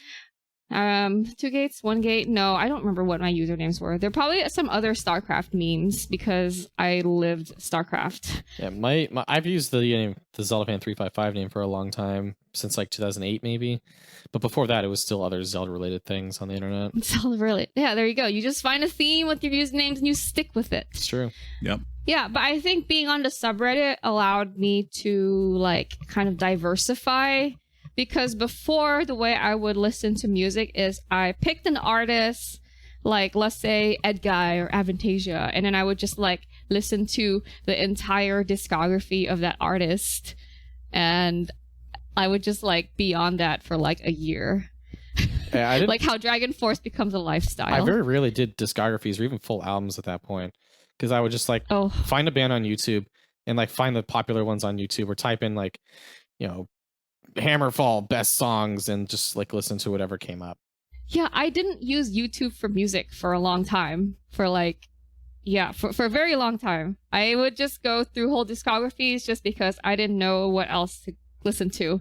And I'm like, Camelot, let's listen to all of the Camelot albums. I don't think I started listening to albums in full until like 2015 when I really got into power metal. Maybe 2016. Amazing. I think I started doing full albums more when I discovered Spotify and started using that. See, which is like 2013. You guys are the opposite of us, because for us, like the normal option was to listen to a full album from a CD or something, or just download the whole thing, because the units were albums. Well, I'm from the iTunes age. Yeah, I think me and Fernando are showing our age. Like I always do that. I had like the CDs at home, and if I wanted to listen to a mix of stuff when I went outside, I would take the CD, I would record the song that I wanted to a cassette, and then pick another CD and record that to the cassette and make cassette playlist, and then I would go out with my Walkman and my cassette that had the playlist that I wanted that day. Oh, Walkman. Oh man. That's a lot of effort. That was like up to 2005 or 6, and then little MP3 players came around, so I had full albums on there. But even with the little MP3 players, I would so back then I was still like not making a lot of money because I was a student. So I still sailed the 7 seas, if you know what I mean. But I had like a little tiny clip MP3 player, and then I would download songs and then put the songs into MP3 player that I liked, or I would just put whole albums in because I had them anyway. And I think when I became more comfortable with like online shopping, like I stopped thinking that the internet was going to like eat me alive and I can buy things online without like getting murdered. Because like online shopping used to be weird, right? Like, oh my God, you're putting your address in. You're going to get murdered. I remember the first thing that I bought online, and it was like a test of a cheap thing. And see, let's see how this thing works. Like, am I going to lose all the money? Are they going to steal my credit card or whatever? Is it the thing? That's exactly what I thought. Am I going to receive like just trash? And it kind of worked. And that was like 2005 was my first test of buying something online. My first buying something online experience was in 2010, actually. I'm a little bit later than you because I was too scared. I bought used textbooks. Like books on Amazon back in the 2000s. Yeah, man. I bought used textbooks from eBay. I bought video game strategy guides, I think. Oh. Ooh. That's the throwback. Well, I remember I bought a tie that had Star Wars things on it. It was really cheap in an auction, so I just tried it and I got it. I still have it. It's the only tie that I own, actually. Very cool. Yeah, I think I started buying albums when I had an income. Right, makes sense. And then I would buy it from Amazon because at the time they did the 2-day free shipping kind of thing, and I had Amazon Student, and I was like, hey, I can afford this now. This is awesome. Yeah, the student discount for Prime was like a game changer when I went to college. Yeah, which is what happened in 2013, which is the next year we need to talk about. Yeah, 2013. Oh man, what a interesting time. It was a weird time, I feel like. So what were y'all listening to in 2013? Dragon Force? So Still, Dragon Force was a lifestyle for you, Galneryus. so probably. So 2013, two of my favorite albums that came out that year, relatively small bands, but I think they got big on the subreddit, was Empyrean Realms by Armory and Outbound by Chaldean. That was my first exposure to, at least to Chaldean. I had heard of Armory before. Chaldean was a smaller band that I'd found because of the subreddit. I don't think I would have found them if I wasn't on the subreddit. Well, it's just two dudes in Norway who don't really do much. They don't play live. There's just two dudes, and they look kind of weird. Just making spacey dad power metal rock. I'm looking at the picture on Spotify, and they're like in their kitchen. Like, what's in the background? A bunch of canned food. And it's like guys with receding hairlines and sunglasses. Yeah, you're not listening to this like, right now. It's like spacey really power mean. metal dad rock. Yeah, spacey power metal dad rock. I love it. Yeah, amazing. They released Outbound in 2013. Yeah, I think is that considered one of their stronger albums? It has like a big ass fucking sun on it, and that's the album artwork. It has a big ass fucking sun. I think I think my favorites and where I first listened to Chaldean was Journey of Souls. Because I know they came out in 2013, but I'm like, I don't know. With some bands, I just jump to the most recent stuff, but sometimes I'm like, no, we're gonna start from the beginning. But this time, it's like, let's start from the middle because fuck you. You don't want to start with Darkness and Light? No, I don't want this. That's in the future. Too far in the future. Outbound had Never existed. Yeah, never existed. The Sylphin Paths, which is so epic. FTL. It also has Burn the Sky. FTL is like oh their my god, best song. FTL is amazing. Faster Than Light. FTL. Is that DNA? Also the year that FTL the game Demon came and out? Angel? I'm gonna check that. That'd be a it wild might be. coincidence. Demon and Angel. 20, yeah, I don't know. 2012? Oh fuck! It's September 2012. Close. Maybe so maybe close. the song is about the game. It's a good Maybe game. they're related. Yeah. FTL. What game is Oh that? man, that would have been so great. Cool. And then in 2013, Avantasia's The Mystery of Time came out, which is wild because this is like super modern Avantasia. That was like a strange album because it was less poppy than like Wicked Symphony.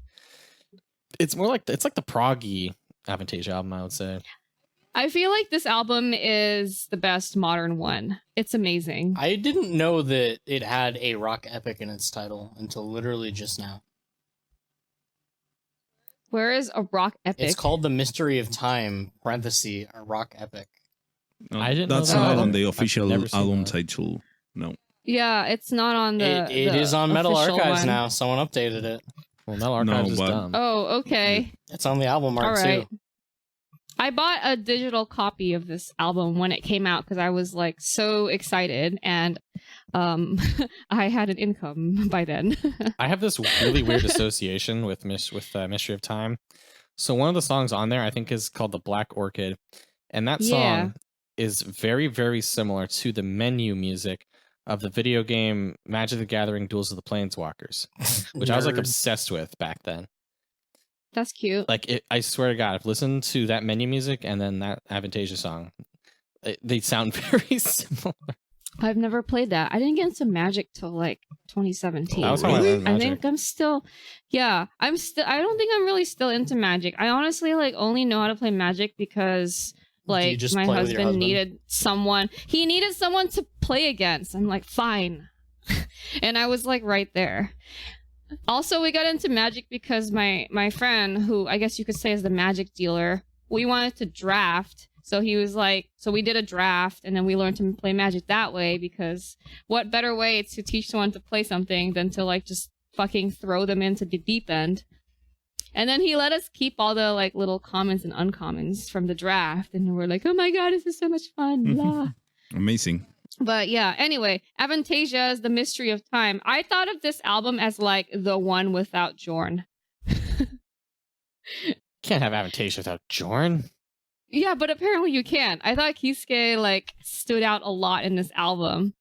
And I think this is the first one with Eric Martin in it, and his contributions were like fucking phenomenal. Yeah, I don't know. I feel like this is my favorite modern. I think this might even just be my favorite Avantasia. They didn't play Wow. anything from it on their That's last tour. bold. Yeah, I know. Yeah, so in 2013, when The Mystery of Time came out, I was like so stoked. I was in graduate school and making minimum wage, but it was an income nonetheless. I planned a trip to Quebec, Canada. Yeah, so I went over there to see Avantasia play live at a music festival. I thought that they would never come back to North America after that, so that's why I really, really wanted to go to Quebec to see Avantasia. Every time Avantasia comes to North America, it's like, this is the last time, guys. I know, that's why I was so like terrified that I'd never get to see them, and like I knew I wouldn't be able to make it out to Europe for a long time. That one was until I probably made a more better money. tour than the last one too. So Oh my gosh. The Avantasia 2013 tour in Quebec was like ridiculous. Amanda Somerville was there and she was like, this is our first time in North America. Where are my North Americans at? They played just Vakken thought around it that was time, funny. and I I was like- watched tons I of was those like- videos. They're trying to relate to us by being North American. This is adorable. It's like, 'Cause if I she's go North to, American. if I make a band and I go to Europe, I'm like, where are my Europeans at? Woo! Where's my continent people at I think South America? 2013 was a year before I went to my first power metal show. Oh. Like I hadn't even gone to one Ooh. yet. Oh, Baby Biscuit. Oh, that reminds you me are. of That's something. cool. Flying to Quebec. I haven't talked about my first show yet. We haven't gotten there yet. Oh, shoot. Yeah, we're gonna get there. Oh my gosh. You guys are babies. I am a baby. Let's I wanted to go when Blind Guardian did their At the Edge of Time tour. It's like, wow, that would be really cool. Too bad I don't have money and I can't drive. and you're a child. Too bad yeah. I'm a And I'm, child. Too like, bad I'm yeah. a child. And Right. there's no way my parents are gonna say, okay, Kyle, we're just gonna drop you off at some like sketchy ass metal concert in Hollywood. There's no Actually, way they would my have done for parents that. did that for me in 2008. When I first saw Nightwish. They were like, "Are Oh, you you'll- gonna be okay?" yeah, you'll be real and I was safe like, at a "Yeah, Nightwish just, show." Just drop me off here in this San Francisco venue with my ex-boyfriend at the time, who was like, "What's a Nightwish?" I'm like, don't worry about it. Just come with me. The amount He's of like, all right. the amount of lost boyfriends at Nightwish shows it's amazing. And it's Sonata Arctica You can see it in their shows. faces. They just look at each other and they're like, and they mouth like, what the Yeah. fuck to each other. Yes, I love it. I feel like the guy who doesn't care about the show, but is just like protecting his girlfriend or something, is like a metal concert staple. Yeah. Yeah. That's a thing. You guys reminded me that back in, I think it was back in 2010 or 9, Dragon Force was supposed to play in Buenos Aires, and I was going to go. And then we had an outbreak of bird flu. No. And Dragon Force was like, nope, and just canceled that show, changed the tour. And they would have been with CP on vocals, and then they didn't come back up until way after. I think it was in 2013 that they came. So I saw them with Mark, but it was like, come on, man! It was like the middle of the year, and we had this outbreak, and they were one of those artists that said, nope, we're not risking getting sick, and just noped out of it. And robbed me of my power metal show. No. R.I.P. That's fucked up, dude. Yeah, I was very, very sad. Angry. More angry than sad. Especially since you live the Dragon Force lifestyle. I live the Dragon Force lifestyle. This is a big part of your lifestyle. I mean, I have yet to see Dragon Force, and I'll do it in 2 months. I'm finally going to do it. I'm so shocked that you haven't seen Dragon Force. Me too. Every time, like, it's sold out or I couldn't make it. Oh, you haven't seen them Dragon Force either? No. Nice. They're my Neither first have I. ever power metal band. It's been over 10 years. I've never seen I've them. never seen them. I haven't seen Elstorm either. This is amazing how you guys have so much like that lineup in your lives, timeline wise. Do you know how many Ailstorm shows I've been to but not seen Ailstorm? Did you No. like leave early because they were headlining? Like 3 or 4. Whoa. I've been to multiple Ailstorm shows and just never seen Ailstorm. They have good openers. They're fun. You should go. I'm planning on next time. They'll do a big tour for the next album this year, I'm sure. Yeah, tour will probably be 2021, I assume. Probably. Yeah, but what year are we in right now? We are in 2014. We missed a couple big ones from 2013 though. Speaking Okay. of Chris Bowes, Glory Hammer made their debut. Glory Hammer. Oh, Tales from the Kingdom of Five came out in 2013. I didn't listen to them then. And that's when we got the Unicorn Invasion of Dundee. Yeah, and just the Angus McFive title track, I think, was the first song. So, and I don't think it was known immediately that it was Chris Bowes because he was just like the hidden spooky wizard. Hidden spooky wizard. Yeah, I don't feel like this album got a lot of attention on the subreddit. I think it started to because that's kind of where the whole let's take power metal tropes and silliness and crank that shit up. They were the first ones to really do it. Yeah, I didn't really feel that until Space Wizards, Chaos Space Rise Wizards. Because like the whole idea of like, oh man, I love Glory Hammer because they're so silly and cheesy, and then they just like they're parody power metal, except it's not really a parody. They didn't get big, I think, until the second one, but this is where it started. They didn't get big until Chaos Space fucking Wizards. This was just like Chris Bowe's like side project where he's a wizard. Yeah, which is cool. I feel like people should have side projects in which they are wizards. Yeah, and speaking of It's good for them. bands that have died, I want to mention Bane of Winterstorm, a band from Australia it had a huge debut album, The Last Sons of Perilyn. It's like 4 or 5 songs that are all super fucking long, big epic symphonic bullshit. This is their only release, right? They had an Bane EP of like a Winterstorm? couple years later that like But this is recycled their a bunch only of like stuff. full length. Yeah, It's like and 5-track shenanigans. The band has like disappeared from the internet. They like don't exist. They're on Spotify. Oh, yeah, they are. I thought they tried to should be purge on all their our. shit. No, they're on Spotify. They are on our list of bands that have disappeared. Along with in the void with Lost Horizon and Oh Heaven. man, 2013, weird year. A weird year indeed. Did Armory die as well? They're like- maybe Debatably dead? debatably dead. I think they've said, "Oh, we're gonna do something," and they never have. Yeah, maybe It's they're one of on the 8-year cycle. Like Empyrean Realms was so fucking good. By now, 2021 is gonna be the year. Yeah, 8-year cycle. Let's do it. 2021. Yeah. All Okay. right. Their Facebook banner still says the new album Imperium Realms out November New. 2013. Oh my Man, gosh. the new album. The new album That's will so be funny. Will be. Yeah. Oh shit. Oh my That's a goodness. bad- I feel like that's a Yeah. dead band. Oh, well, I mean, they actually. Last thing they posted was 2018. Okay, that's like within 5 years.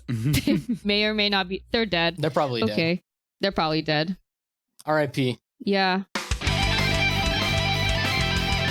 So what happened in 2014? 2014 was really strong, in my opinion. It's a big ol' year. It's a lot of bands. It's a big ass year. Let's start with A for alphabetical.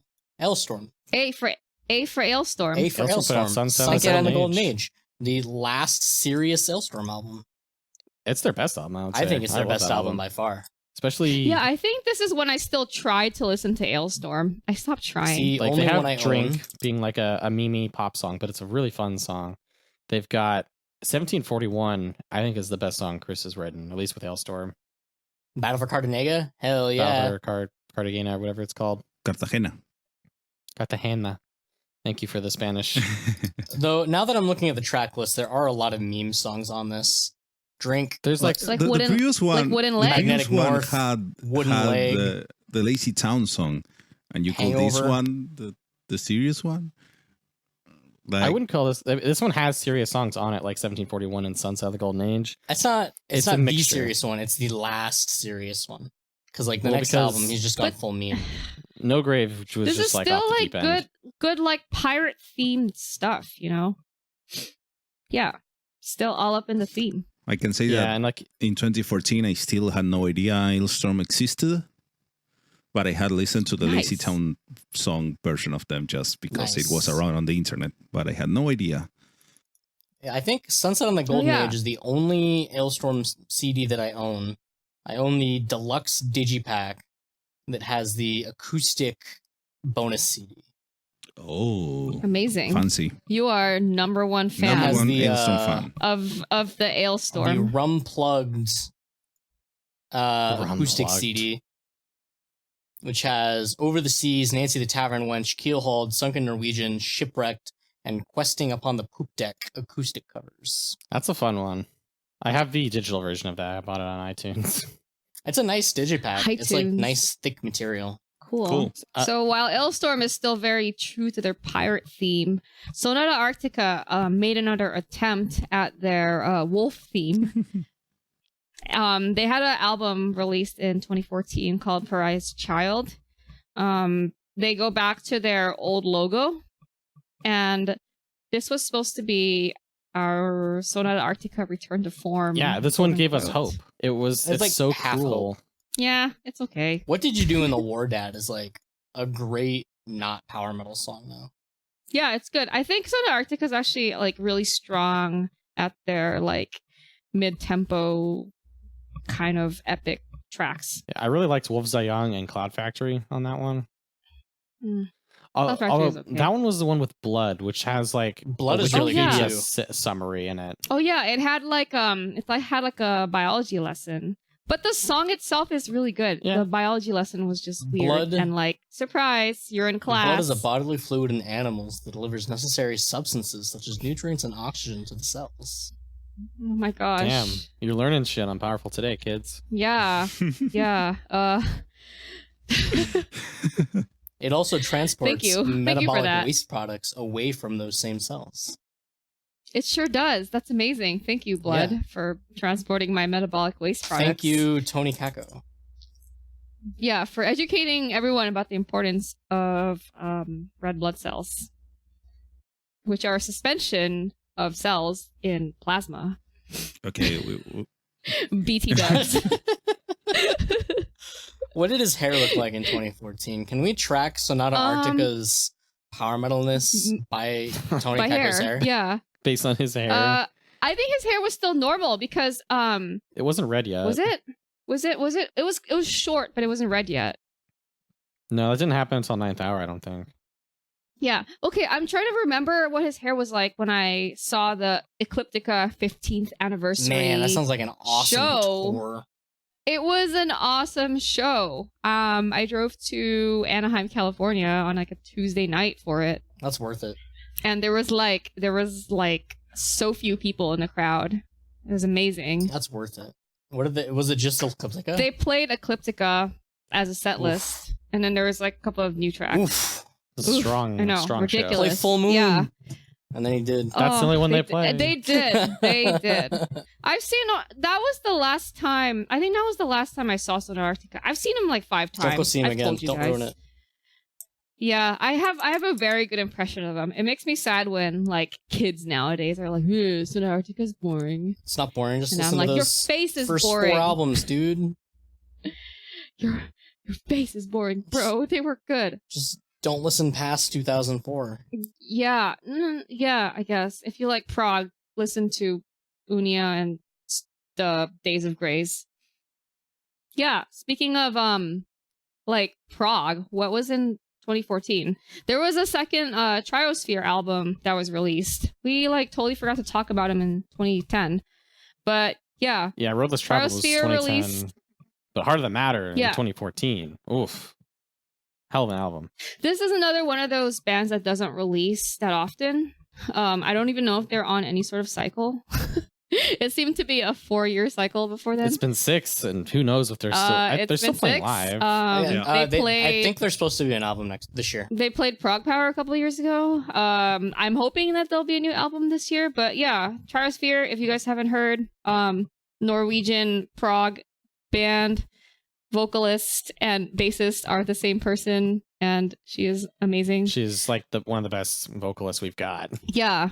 She has such a unique voice. Yeah, she has like a really deep voice, It's like which this is deep, badass. kind of raspy voice. Yeah, Yes, it's very metal, extremely great metal. live. Yeah, Triosphere, Heart of the Matter, and then what else was in 2014? While we're still on this prog This thing, is like we got a bunch of prog we're this in year. this prog thing. What are other progs? Oh my gosh, there's so much prog Viathan. this year. Viathan Sinogure. Is that the first Canadian Canada. representation on here? Possibly, I don't know. Might be. Up from Calgary, Canada.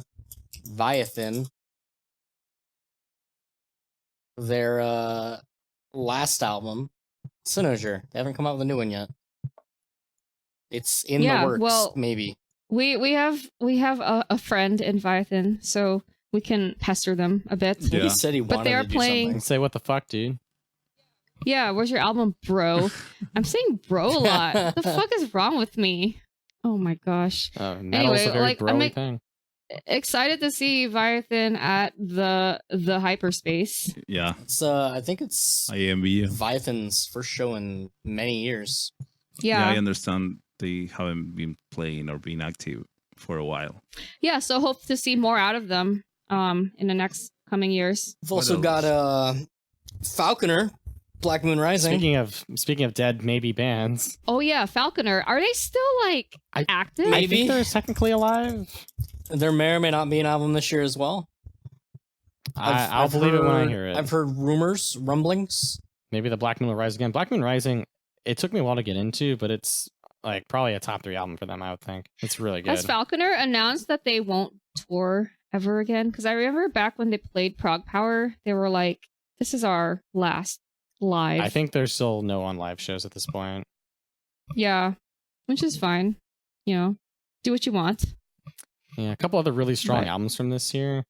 Dragon Force had Maximum Overload, and Freedom Call had Beyond. Oh yeah, that was before Freedom Call became known as Nipples. Yeah, that was and before the NATL. That was Freedom Call's Yeah, last this is good when album. Freedom Call was actually Yeah. like good. Beyond is, I think, my favorite Freedom Call album, like by far. That was my freshman year of college, and I listened to Freedom Call Beyond a million times that year.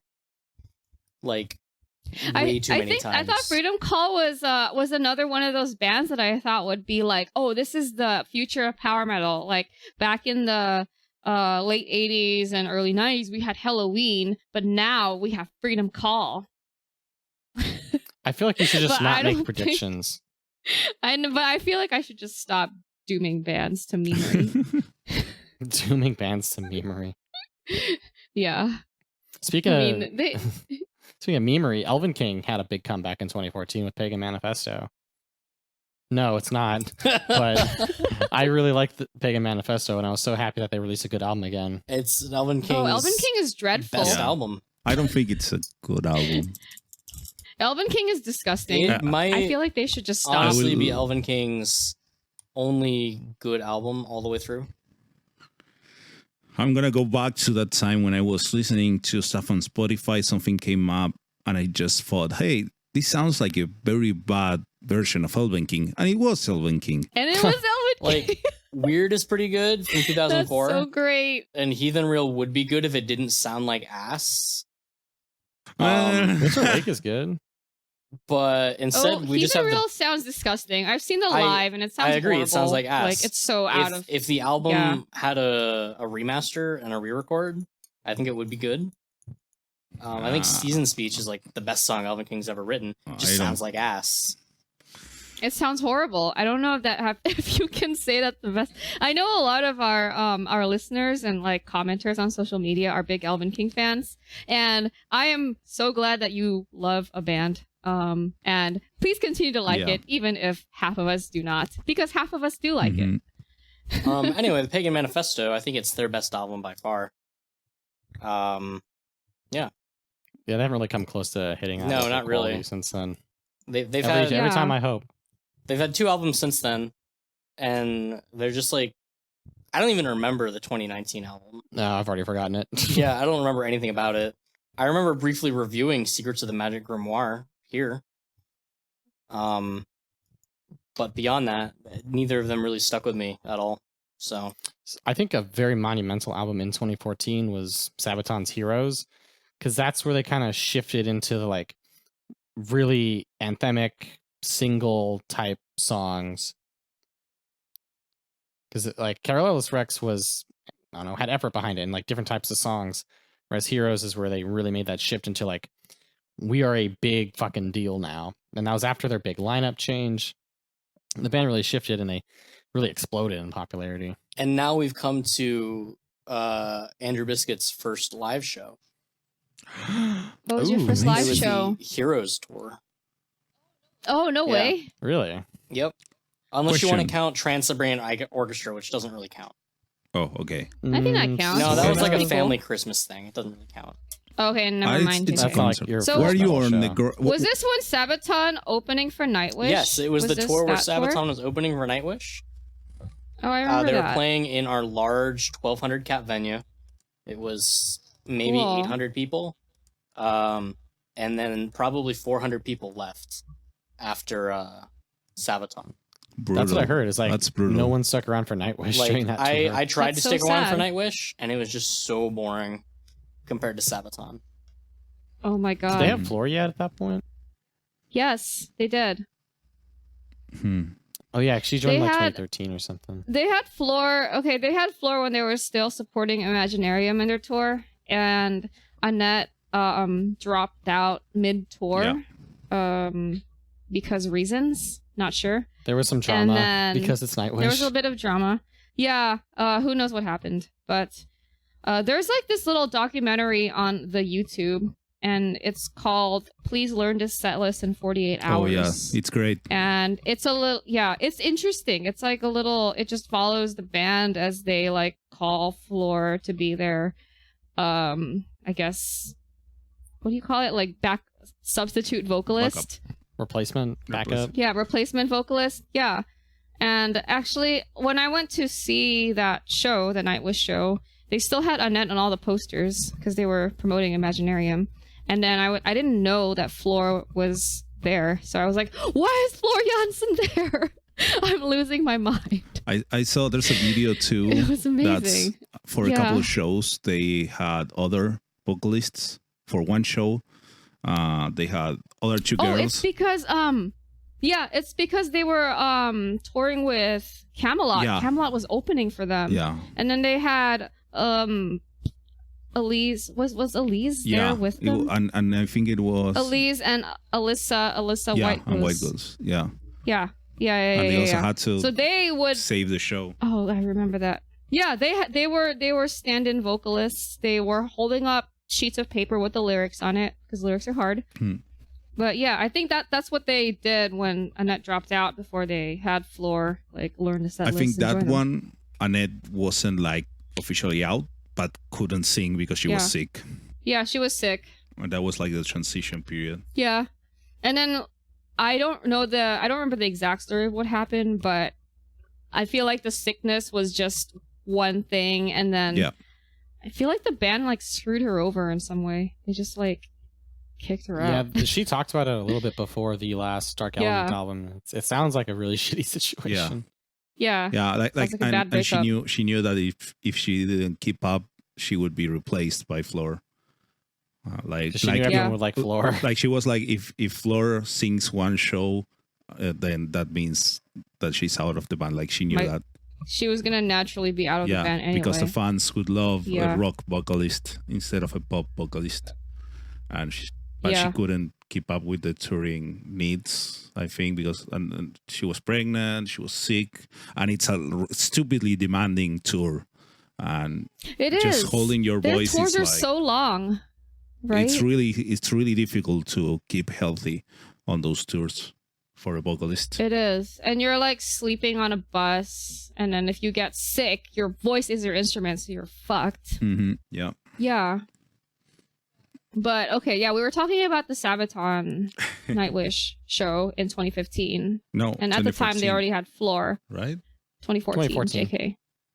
14, 15. Album was I don't know, 14, it all blurs the tour might have together. been 15. Oh, maybe. Yeah, I think Yeah. Nightwish at the time was already supporting their Endless Forms album. Yeah, the tour might have been May 2015 is when it came through. Oh, okay. So I might have Yeah, they were jumped the already gun a little supporting bit. Endless Forms. Yeah, I That's think you okay. did. Yeah. It all blurs together. Like it whatever. all blurs together a lot. Yeah, and like Endless Forms was early 2015, if I remember correctly. Probably. So after Sabaton, Nightwish, which is kind of slowish and mid-tempo-ish, Dragon Force had released an album in 2014, Maximum Overload. They did. And Yeah, they did. this This album is like the had... experimental one. Yeah, so they first announced it and released the album art. And the album art was weird, even for Dragon Force standards. Big Brain. Yeah, it was the Big Big Brain I Brain love game that before. album art. Big Brain DF. Drag Force is so ahead of the game. It's crazy. Yeah, definitely. And Maximum Overload they said that it would have the fastest song they had ever done. Ring of Oh my Fire, God. Johnny Cash cover. Under Johnny Yeah. Cash cover. Yeah. That's a great cover. It's a great cover. And Fastest and song they've ever done. the fastest song they've ever done, it's at that point, It's supposed to be. I think it was the game. It's supposed to be the game, It's the game right? at Yeah. in the middle Yeah. of it has this breakdown where it's just a fucking shotgun of guitar, and the game has A machine the game gun. has Matt Heafy as a guest from Trivium. They toured with Trivium together. After this, they became That's a friends. weird tour. Cool. It's a Oh. good tour because they came to VA that time, so I was able to see them live, and I left before Trivium played because I didn't know Trivium. Oh my gosh. You must have been so excited that you got to live your Dragon Force lifestyle. I was so excited that I just assumed that Dragon Force was the headliner and Trivium was going to play first because I didn't know who Trivium Oh. was. I went with, They're super famous. I had no idea. And I That's went to funny. the show with my brothers who also like Dragon Force and with some coworkers that also like Dragon Force. We went all Wow. together Dragon there. Force crew. We were like 5 people. And we just were talking about it and well, who plays first? Oh, no, I think Trivium plays first, whatever. And then the curtains opened and it was Dragon Force first. So I And you're like, I fuck yeah. jumped into the pit area and went forward with the first song, and I lost my phone due to that. Oh my god. One of many phones lost in pits, sadly. It was a great show. I can't believe they played that fast. And that was before Maximum Overload. It was, and when Maximum Overload came out, I think the game is a great song. They went faster, so it's like the whole album feels fresher than The Power Within. And it's not just that they changed the overall color scheme back to blue instead of reddish, like all the previous albums after Body of the Dam. It actually has new sounds. Symphony of the Night is a great track that has a different flavor than anything else they have done before. And it was really a cool release. And it was like more new things coming into Dragon Force. And I think it was the last great Dragon Force album of the decade. Yeah, I think I started paying attention to Dragon Force again at this album because I forgot about them for like almost 10 years. I thought even the songs that weren't characteristic Fast Dragon Force, like The Sun is Dead, I thought were very well done in this album. Yeah. They had some really good fast songs on there with like Tomorrow's Kings and then slow ones like Three Hammers. Like it was Defenders. Defenders was so good. Yeah, there was a lot of good stuff on that album. And it has a good variety. I think I saw them open for Camelot supporting this album. That was a weird tour because it was like Dragon Force and Dark and Despair Camelot. I wish I'd been able to go to that tour, but I was not able to. Yeah. And so what else do we have? 2014 also gave us Twilight Force. This is this is a weird band. Twilight Force. So this is basically like so weird. Like I mentioned Gloryhammer in 2013. This is kind of taking that maybe a step further with the whole like Rhapsody worship, take power metal and make it even more ridiculous type of thing. Well, the Twilight Force debut wasn't even that ridiculous. It was just I wouldn't Rhapsody say. worship. I don't think it was. I think ridiculous. it was the same level. It was same level of cheese, I guess. Yeah, it's not even. So this debut is 36 minutes long. It's short and sweet. It has a fantasy theme. It's like power metal without too much orchestral flair. It's like clean, honest fantasy power metal. It was just like Rhapsody worship. It was just a generic. I'll say generic. It was a generic Rhapsody album. Yeah, it's clean, honest symphonic power metal. There's nothing crazy about it. I really liked it. I also thought Twilight Force was going to be the next coming of power metal. But they kind of shifted a few years later. The thing is that I love this album. I thought Tales of Ancient Prophecies was amazing. And then they did a cool crossover with Sabaton for Gates of Glory with Yoki. Oh, they did. Oh, that was really good. The same country. They're from the same that's city. Actually a fun that was track. a really good track because it was the the Rhapsody twinkly shit with it made you baritone. It made you want to jump. It made you want to jump. This is a track for a crowd well done. Yeah, I really like Joachim's stuff on Twilight Force albums because his voice contrasts with, at least back then, Christian Eriksen so much. I really like when he when he guests on like anything. Joachim? Yeah. He's a really nice guest vocalist. Like in Baby Metal. The Baby Metal one was weird. Except for the Baby Metal one. I feel like that should be wiped from everyone's memory. It was it sounds kind of disturbing. Like, this man should not be hanging out with these kids. They probably never met, but it sounds like that. They probably never met, which makes me feel a little bit better. I really don't want them to hang out because that's weird. So Twilight Force had so much potential back then. It was like, if you look at all the albums that we've been mentioning for these past 4 years, this is probably the first Dragon in 4 years. I would agree. It's a red dragon too. Amazing. Galneryus had a dragon. Oh, Galneryus had a dragon. That's true. Yeah. That's it true. has silhouette. Yeah, but okay, so though. Rhapsody is one thing, right? But we barely mentioned Rhapsody. We mentioned one Rhapsody album so far. Like, it was from the 2000s where everything is fantasy and dragons. Everything comes from the Italian bands that have these.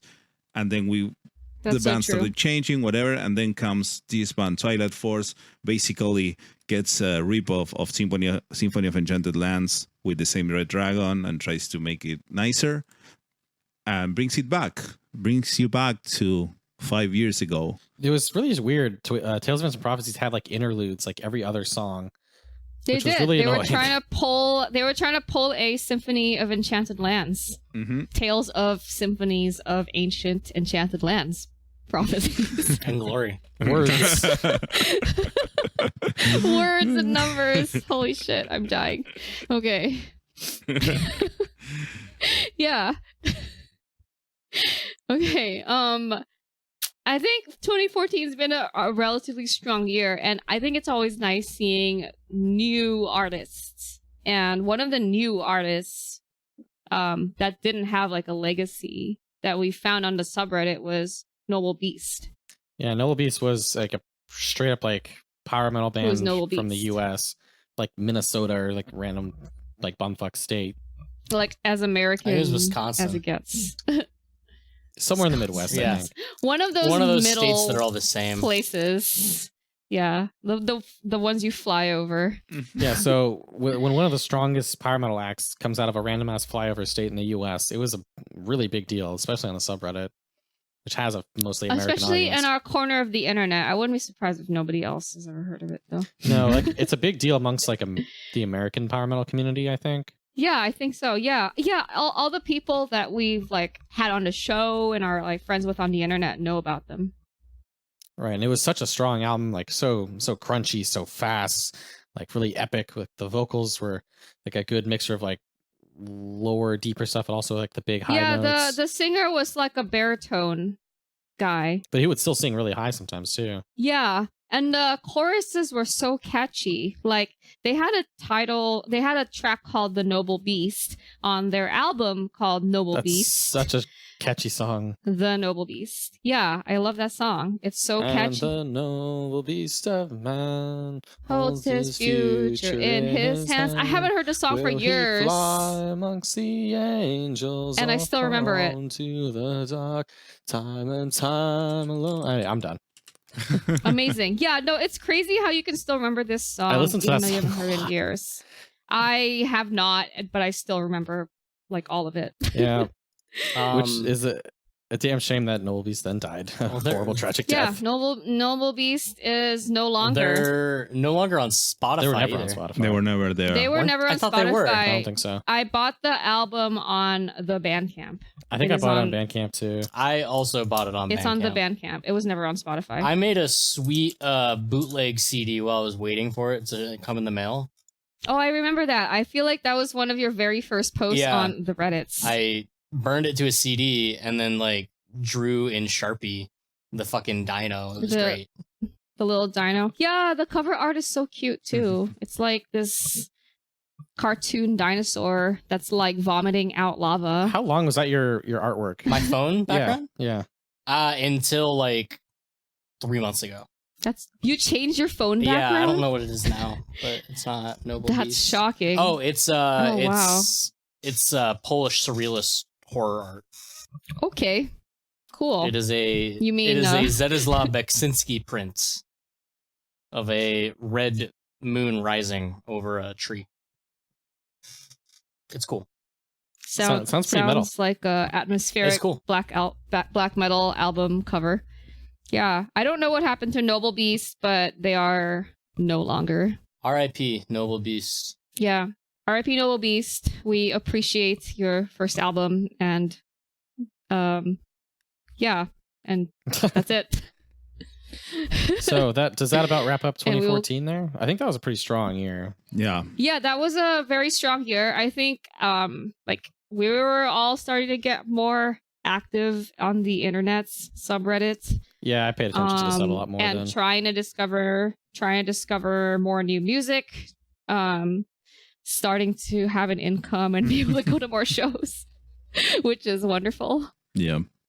But yeah, overall, like I think we all did a lot of growing along with power metal in the first half of 2010. Everything still just sounds so crazy, like futuristic to me. Like I just can't believe that Dragon Force's Maximum Overload was like 6 years ago at this point. We live in the future. Do all these things feel like they came out in like 2018 to you? Yeah. Yeah, it still sounds like it came out last year, and I still in my head like ZP was still the vocalist of Dragon Force, and He left in like 2010. I know, and like Annette Nightwish still sounds modern to me. Like I think my brain is stuck in. So there's a thing here. So we, as you get older, a number of years becomes a lesser portion of your life. So it feels like less time. So when you are 25, 10 years is like a bit over half your life, and probably it's half of the life that you remember. But when you're 30, it's way less than half. It's less than a third. So it's less time. Yeah, it's all proportional. It is. Mm-hmm. So you fucking boomers. Yeah. Just can't keep track of we things. ain't boomers.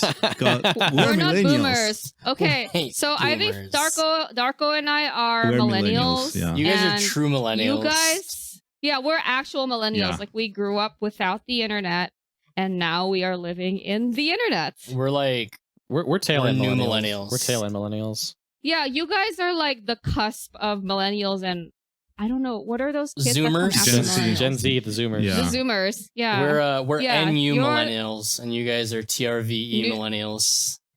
yeah, we are TRV. you, oh my gosh, you guys are either young millennials or old Zoomers. I prefer young I don't know. millennials. I'm not a Zoomer. I don't understand Zoomer memes. Yeah, do No, you, but do you nobody understands communicate Summer Mist. through- That's the joke. What Is what that do the they use to joke? communicate nowadays? So Snapchat is old Yeah. No, now. I think they still use what Snapchat. do you use now? Oh, okay. I don't know who uses Snapchat. I don't know what but they use. I haven't heard about it. They're into like TikTok and I thought stuff that like was the TikTok. thing all the young people Yeah. use. Yeah, I don't know what TikTok You is. don't need to TikTok know. is like Snapchat. I don't know what that is. I suspect It's like I Snapchat. suspect TikTok doesn't really exist, and it's just a thing that people say to exemplify No, technologies it's that we don't know. it's Chinese. Oh, So they're stealing your data. I see. Classic. Interesting. Stealing data. Okay. Well, this has gotten way longer than we would have hoped. We've done 5 years, and it's been like almost 2 hours, I think. Yeah. yeah, first or half maybe over of 2 hours, fuck me. 2010s. So Yeah, over 2 hours. this is gonna be a two-parter. This is just like Symphony of Enchanted Lands. Oh shit! Yeah, It's so, like time. So we've wrapped up. Yeah, we've wrapped up time one. We're gonna require a sauna and a studio before we produce So the go second into one. that Patreon So if you want to get the secret. You better What? dump your money into that Patreon, So- boys. donate $1 to our sauna fund if you enjoyed this show. And if you made it this far, yeah, thanks for sticking around. I hope you got something out of this conversation or you had fun. I hope your house is clean and your commute went well. We haven't Yeah. even gotten into the meat of it, guys. We haven't even gotten into the trends yet. Yeah. We're going to get to the tofurkey of it in next episode after our sauna has been built. So stay tuned. And stay powerful. Stay powerful. And stay powerful. Click. I'm cutting it. Click. I really need to go to the bathroom. Be right back.